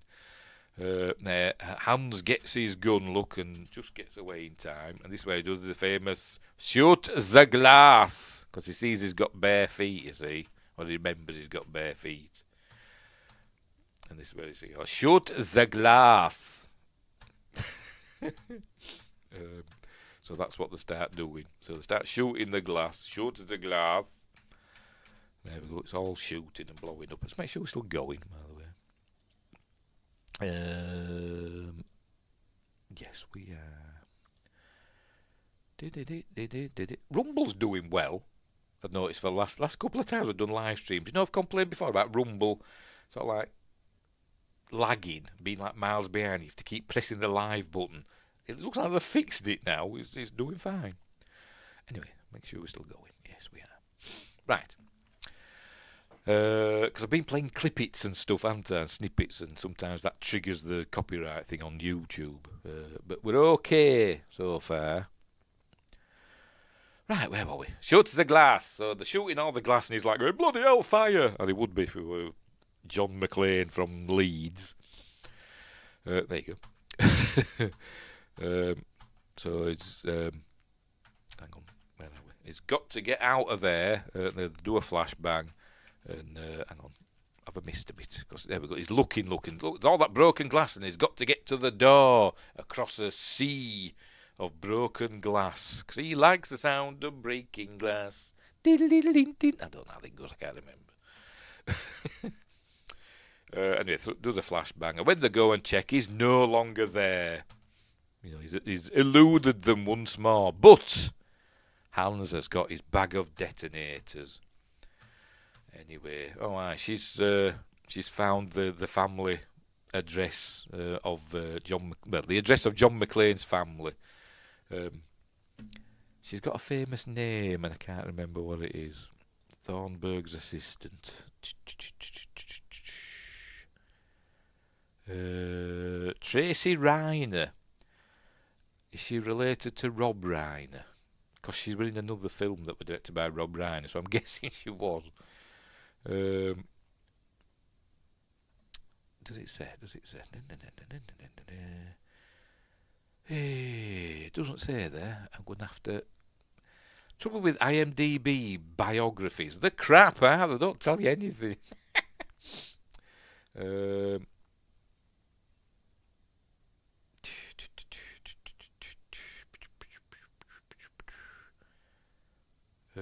She took on the name of her mother's second husband, Rob Reiner. So she's Rob Reiner's stepdaughter. She's the daughter of Penny Marshall. And that name rings a bell. She was a director, wasn't she? Penny Marshall. What did she direct? Oh, Big, of course. Yes. And other stuff. Laverne and Shirley, League of Their Own. I've not seen them. But I've seen Big. That's where I know the name from. Right. Where were we? Back to the film. Anyway, there you go. So she's found out where his family lives. So they're going to head out to the McClane residence, where Lucy and John Jr. and Pauline are probably watching TV. Because remember, it's Christmas Eve. Anyway, there's Huey Lewis. I know it's not Huey Lewis, it just reminds me of him. We see that Carl is angry. He's going to start smashing things up now. Here he goes. Hang on.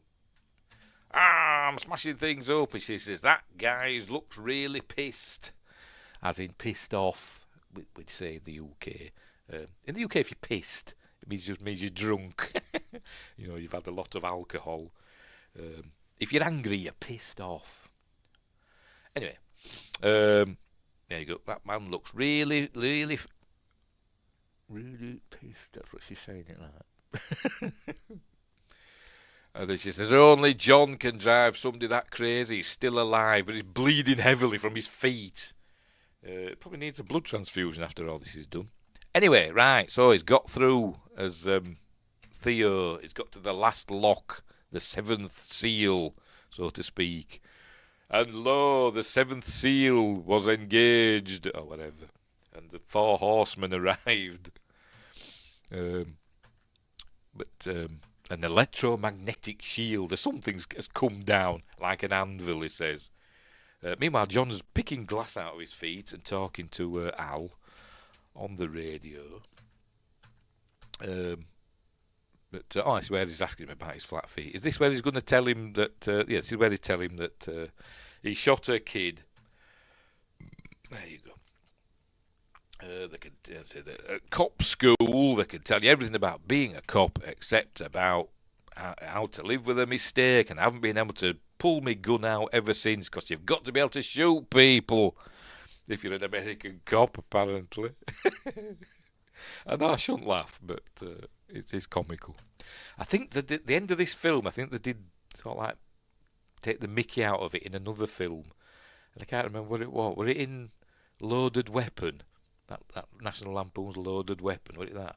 Or another one, I can't remember, but anyway. So he's thinking, is this where he's talking to him about? No, it's not yet.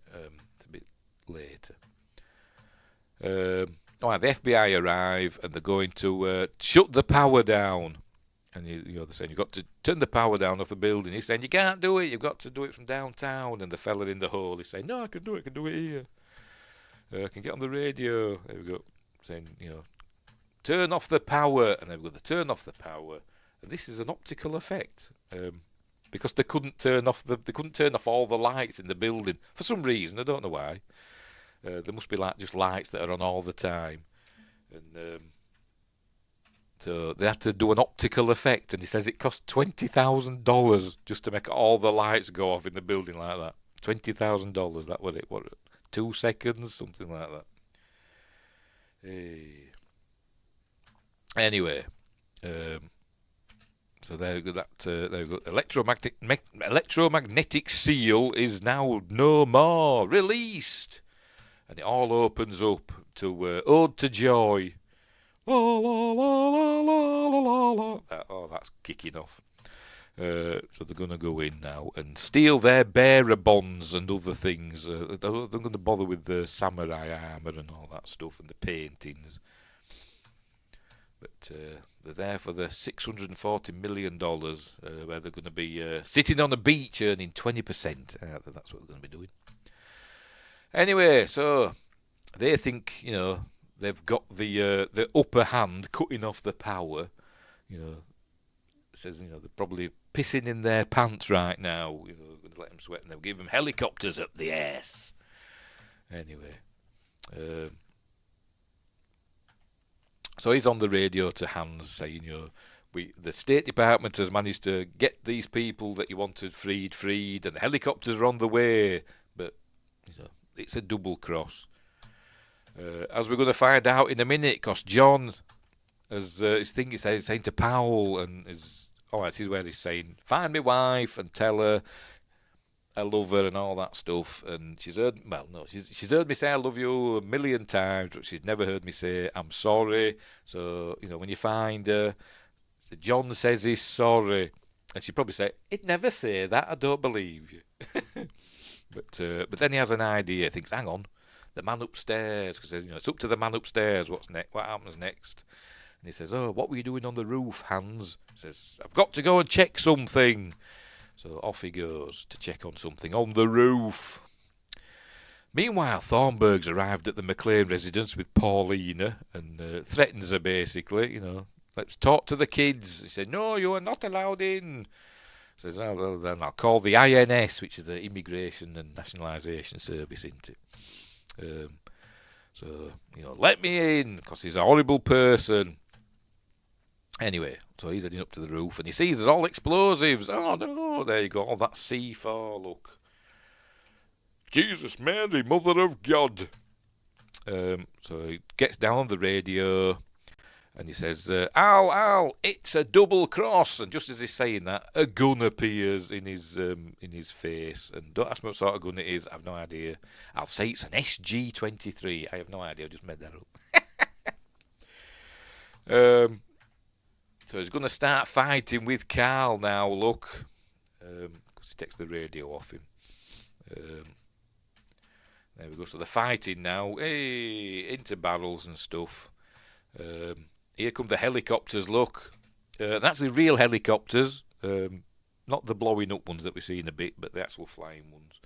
And they're to get special permission, and it took quite a bit of doing to get where we see these helicopters flying through the city streets of Los Angeles and around the Fox Plaza building. But anyway, so they're going to get all the people up onto the roof now. Off they go. But then it says, gather your flock, Miss Gennaro. But then he sees, there we go, the TV. There we go, with the kids, Lucy, say, come home. And he sees her going, oh. And then he looks at the photo that's turned down, and then, see, she's John McClane's wife, blooming Hummer. Why didn't I think of that? Why didn't that come to me? But anyway. Miss McClane, now, nice to make your acquaintance. Then he shoots his gun. Just to put a exclamation mark on it. But anyway, they're taking them up to the roof, but she's going with him. He's Holly McClane. Holly Gennaro, McClane, whatever. Meanwhile, they're fighting. Is Carl and John and all that stuff. It's going back and forth. Anyway, the helicopters, here we are. And they're talking about 20-30%. Take out the terrorists, we'll lose 20-25% of the hostages tops, and I can live with that. Don't care, do they? Don't give them monkeys.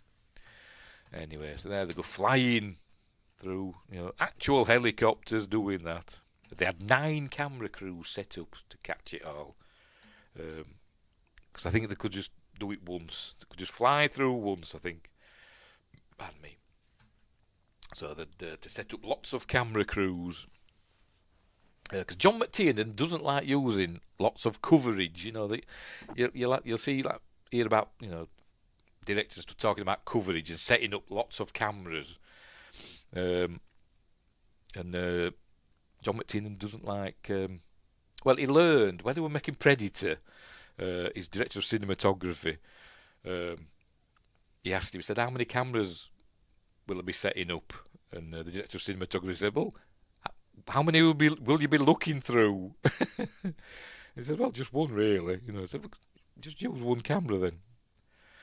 He said, "You use multiple cameras when you've got shots that are hard to duplicate, like the one with the helicopters or stunts and stuff like that, where you want different angles and stuff. But if it's just like people talking or whatever,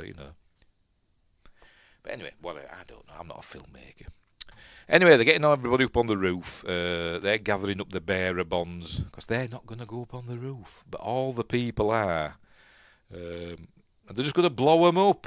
Then the helicopters land. That's their plan. Is to blow them up, all the hostages and the helicopters. But meanwhile, Carl and John are still fighting. Look, still at it. But he's going to take the. He's going to go and get the truck. Is Theo. He's counting up the money, and she says, "You're nothing but a common thief. After all your posturing, there you go, nothing but a common thief. I'm an exceptional thief, Miss McClane."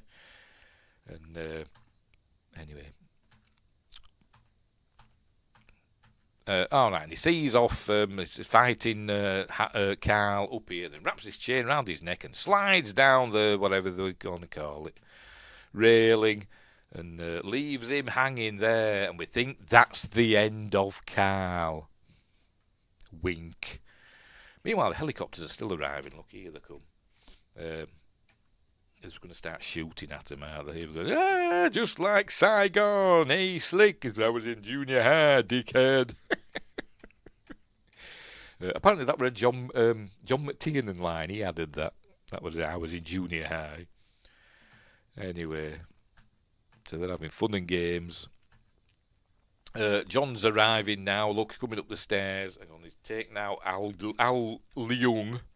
There he is. Poor Al Leung's cop for it. Is that how you pronounce it? I have no idea. So they ask him, "Where's Holly?" "Oh, she's in the vault on the 31st floor. So it's telling them, "Get down, there's explosives, you've got to go back down, they're going to blow up the roof." But they're not moving. So he starts shooting his gun to get them down. There you go, like that, get down. Get downstairs, and then they're in the helicopter saying, "Oh, look, there's somebody shooting at the hostages. Let's take him out." Hang on, there we go. Hey, that's from that's a trailer shot, isn't it? Good job he didn't land on one of them, innit? Ooh, that'd have hurt if he landed on one of them, but he didn't. I'm a good guy. Stop shooting at me. But all the hostages are coming back down. There you go. They're coming back down. Says, "Oh, blows the roof. Blows the roof." So that's what happens now. So they're going to blow the roof, but John's got to save himself. There you go. He's got the fire hose and wrapped it round himself and leaps off the roof like that. And it all blows up. They didn't actually blow up the Fox Plaza building. I think when we see it, now then, there's one that's a model shot, and I don't know which is. That's probably the real building, isn't it? Whether is it an optical effect or is it just a bit of flame? I don't know. Flash pop sort of thing. I don't know. I have no idea, but it looks cool, and it's all blowing up. Look, and then that comes off, and ooh, blimey! And you can't get in the window. That might be a model. That's probably a model, isn't it? When the helicopter blows up in a minute, that'll be a model, won't it? He can't get in. Look, he's leaving his blood all over the window. So he's going to shoot his way in. Good job it's not bulletproof glass. So in he goes. But then that's coming down. He nearly gets dragged out. And he just gets the hose off him in time. Does a bit of heavy breathing. Flared nostrils and all that.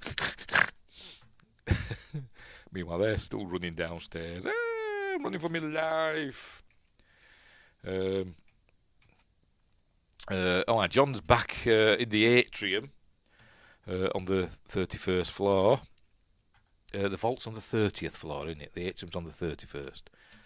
More blowing up. Oh, the helicopter's gone. The FBI guys are no more.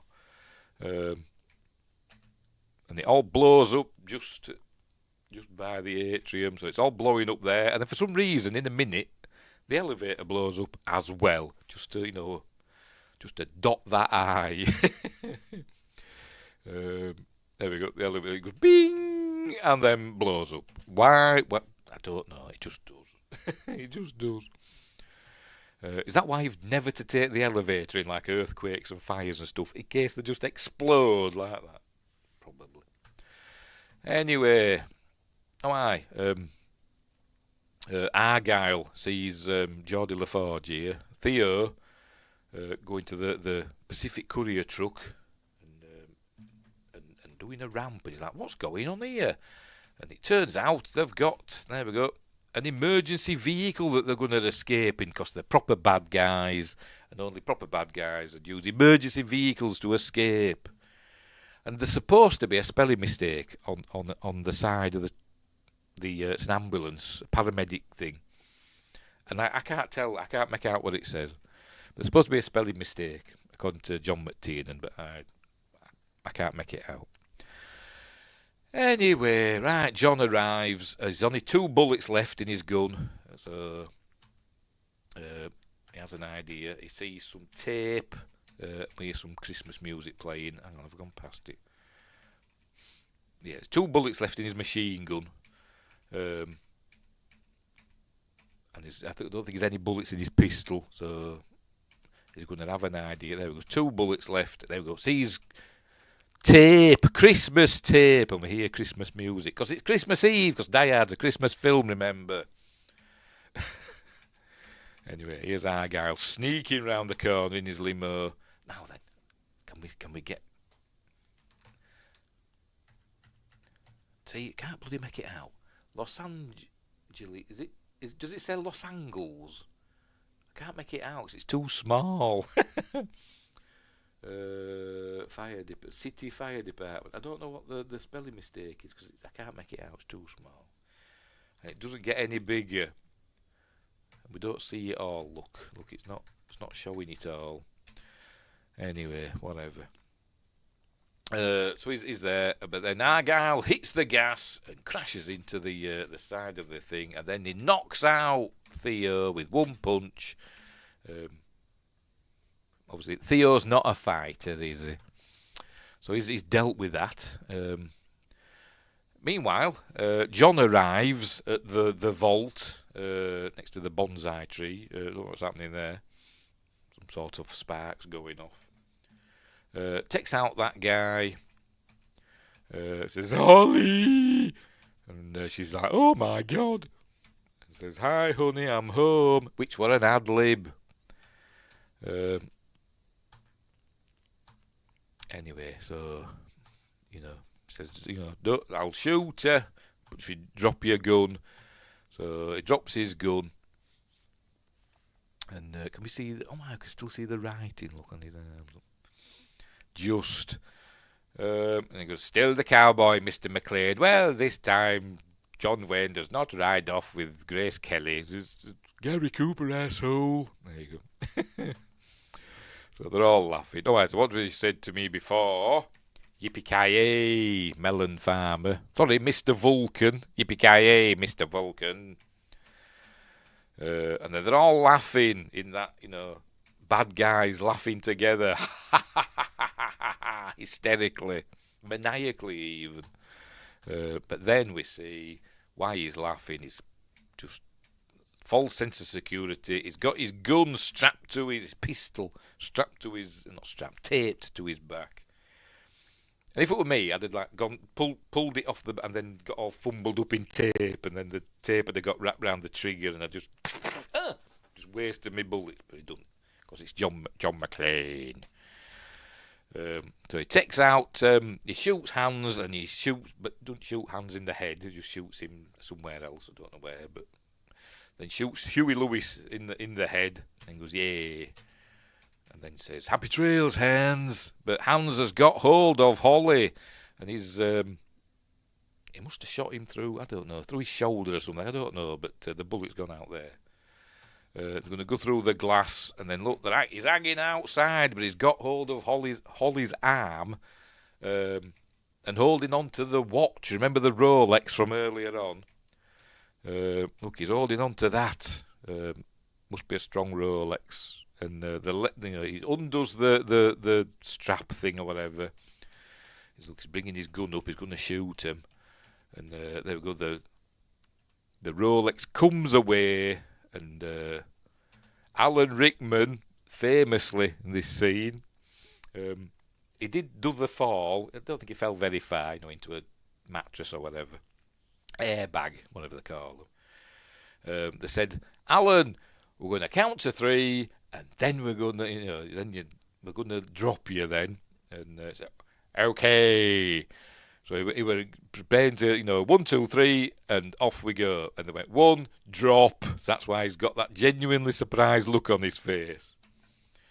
Because we were expecting to go on 3, and they went on 1. So go, oh, John McClane. So down he goes. And then we cut to, I'm guessing, a stuntman. I'm guessing that's not Alan Rickman. I wonder if that's a record-breaking, stunt fall, because it's a long way, isn't it? It is a long one. I wonder if it's Hooper. Burt Reynolds. Probably not. But there, anyway, down he goes. Ah! And you hear a thud. He goes, I hope that wasn't one of the hostages. Anyway, they're all, oh, look, we've saved, etc. Yes, it's Ronnie Cox. Why didn't Alan Rickman have bendy arms as he were going down? That'd have been good, wouldn't it? Hey dear. Anyway, where were we? What's happened here? This is all what's left of the helicopters, I guess. I don't know. Why is there piles of debris about? I don't know. Is this what? I don't know. Is it the helicopter? I don't know what's going on. There's piles of debris. So they're coming out. And it's snowing office paper, because it's Christmas, remember? Christmas film. So it's snowing office paper. And then he looks through the falling snow and sees, here comes Al. And he goes, he mouths, Al Powell, is that you? Love you, Al. That's what he's saying. So they go in and go over and have a manly embrace. There we go. And I must admit, stuff like that does get me, because, you know, it's all manly stuff, you know, and testosterone and all that. And, you know, I don't like to see grown men cry. It always sets me off. And manly stuff like that, friends and all that stuff, you know, comrades in arms, etc., always sets me off. Because I'm dopey. Anyway, says, this is my wife, Holly Gennaro. She goes, Holly McLean. And he'd be like, make your bloody mind up, woman. Christ. Starts another argument. Anyway. But Carl's not dead, and he gets up. And they're all like, screaming, because nobody's got any weapons anymore, except for whoever's holding that gun. Because it's Al Powell. Remember, he never could draw his weapon again, but he still carried it about with him, apparently, loaded. But anyway, he can kill again. That's why I was laughing or watching the guy. I can kill again. And I'm sure I've seen it in another film, taking the mickey out of this. So there he goes. And now he's getting ready to just shoot every bugger, because here he comes, look. Here comes Argyle. Why didn't he do that earlier on? He could have been away and off with his girlfriend. He's supposed to be heading to Vegas, apparently. He told his girlfriend on the phone earlier. Never mind. Look, he's ready. Look, shoot. What? Oh, this one's with me here. Whoa. Tex. But anyway. So they're going to... Argyle's going to take him home, I suppose. I don't know. But then Thornburg comes up. Mr. McLean, now that it's all over, your tremendous ordeal and all that. What are your feelings? And Holly punches him in the nose. Poof, like that. Apparently he breaks his nose. Not in real life, obviously. I mean, you know, because in Die Hard 2, he takes an injunction out against her. They're not supposed to be within 50 yards of each other because, you know, she broke my nose on national television or something like that. Anyway, so there you go. Did you get that? So Argyle's taking him away. You'd think the police would want to talk to him first, wouldn't you? But whatever, they're just letting them go. I'm just seeing if there's a spelling mistake on this ambulance. No, that one looks fine, doesn't it? So that's the end of the film. There we go. They drive off, not into the sunset, maybe into the sunrise, maybe in a bit. Looks like the sky's lightening up a bit. But then we cut to the weather outside is frightful. That wasn't that. 'Cause it's a Christmas film. There we go. Because it's a Christmas film. So there we go. That's the end of Die Hard. Really, really good film. One of the best films ever made, in my opinion. And a great Christmas film. It were in my list. If you watch my list, my top 10 favourite Christmas films. It's in there. I can't remember what number I put it at. I've forgotten. But it's up there. It's in my top 10. So there we go. Oh, Dick Zyker, one of the stunts. I've seen his name is something else. I can't remember what. Just it stands out. Anyway. So there we go. That's the end of Die Hard. But not the end of Adventures with John McClane, because sometime later it would go through it all again, wouldn't he? Die Hard 2, Die Harder, where he's got a promotion, and he's moved to Los Angeles. He's now a lieutenant. Yeah, he's Lieutenant John McClane of the LAPD. Even though that film then is set in DC, Washington DC, isn't it? It's supposed to be, is it Dulles International Airport? But it was actually filmed at Denver. So there you go. In Die Hard 2. And then in Die Hard 3, he's back in New York again. He's all over the place, isn't he? Anyway, right. So there we go. So that's the end of Die Hard. Really, really good film. If you haven't seen it, where have you been for the last 36 years or whatever it is? Yeah. I don't know, but really like it. I've done my notes. Right, let's have a look. George Takei wanted to play Takagi, and John McTiernan really wanted to cast him, but Takei's agent got things mixed up. Takei was not happy. Right, Hart Bochner, who plays Harry Ellis, is the son of actor Lloyd Bochner, who co-starred with Frank Sinatra in The Detective, 1968, based on the novel by author Roderick Thorpe. This film is based on Thorpe's novel Nothing Lasts Forever, the sequel to The Detective. So a little connection there. A little connection. Hang on, let's find a good thing to pause it on. There we go. What else? Linda Hamilton. Oh, hang on, Mr. Mary Ellen Trainor. Oh, I mentioned this. Reprises her role of news reporter Gail Wallens in Ricochet, 1991. Also produced by Joel Silver. Hang on, sorry. Wingrace is saying he doesn't believe in jurisdiction. No, he doesn't, does he? Crosses those lines. Juris my diction. What film's that off for 10 points? Linda Hamilton, Glenn Close, Gina Davis, Deborah Winger, Meryl Streep, Michelle Pfeiffer, Goldie Hawn, Sally Field, Jamie Lee Curtis, Carrie Fisher and Kelly McGillis were considered for the role of Holly Gennaro McLean. When they say considered, does that mean they just wrote down people that they think, oh, we'd like to get them? Not that they said, Glenn Close, do you want to be in this film? And she said no, or whatever. Is that just like a wish list when they say considered? Or did they actually, audition for the role? Probably not. Anyway, Richard Gere, Sylvester Stallone, Harrison Ford, Mel Gibson, Arnold Schwarzenegger. Can you imagine Arnold Schwarzenegger as John McClane? Clint Eastwood, Robert De Niro, Charles Bronson. Can you imagine Charles Bronson as John McClane? I want to die hard. Don Johnson, Richard Dean Anderson, Stargate, Burt Reynolds and Michael Madsen were considered, but declined the role of John McClane. So they asked them all, did they? If they said they declined, or was it just a wish list? I can imagine Arnold Schwarzenegger as John McClane. Oh dear. Jonathan Frakes is considered for the director of My Life Story. Oh, yes, exactly, yes. It's a wish list, isn't it? But, Arnold Schwarzenegger. Yippee-ki-yay! Thingy.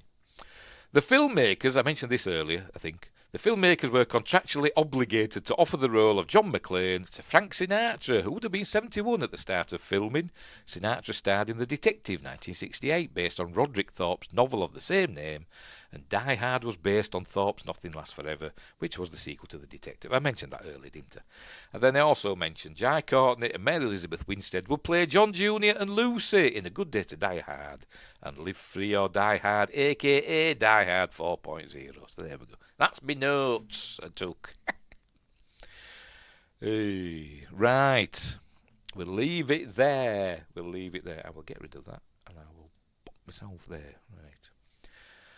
That will make Die Hard a sequel to White Christmas. Don't go too off the beaten track. You know what I'm like? I can't think laterally.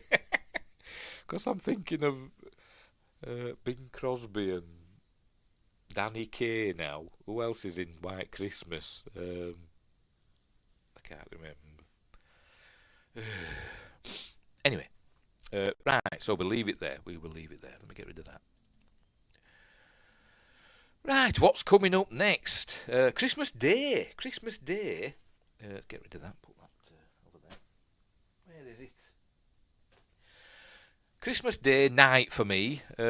Doing a James Bond film, a James Bond special, a Magnificent Monday special on Christmas Day. Usual time. Where we're going to be looking at Dr. No. We're going all the way back to the beginning.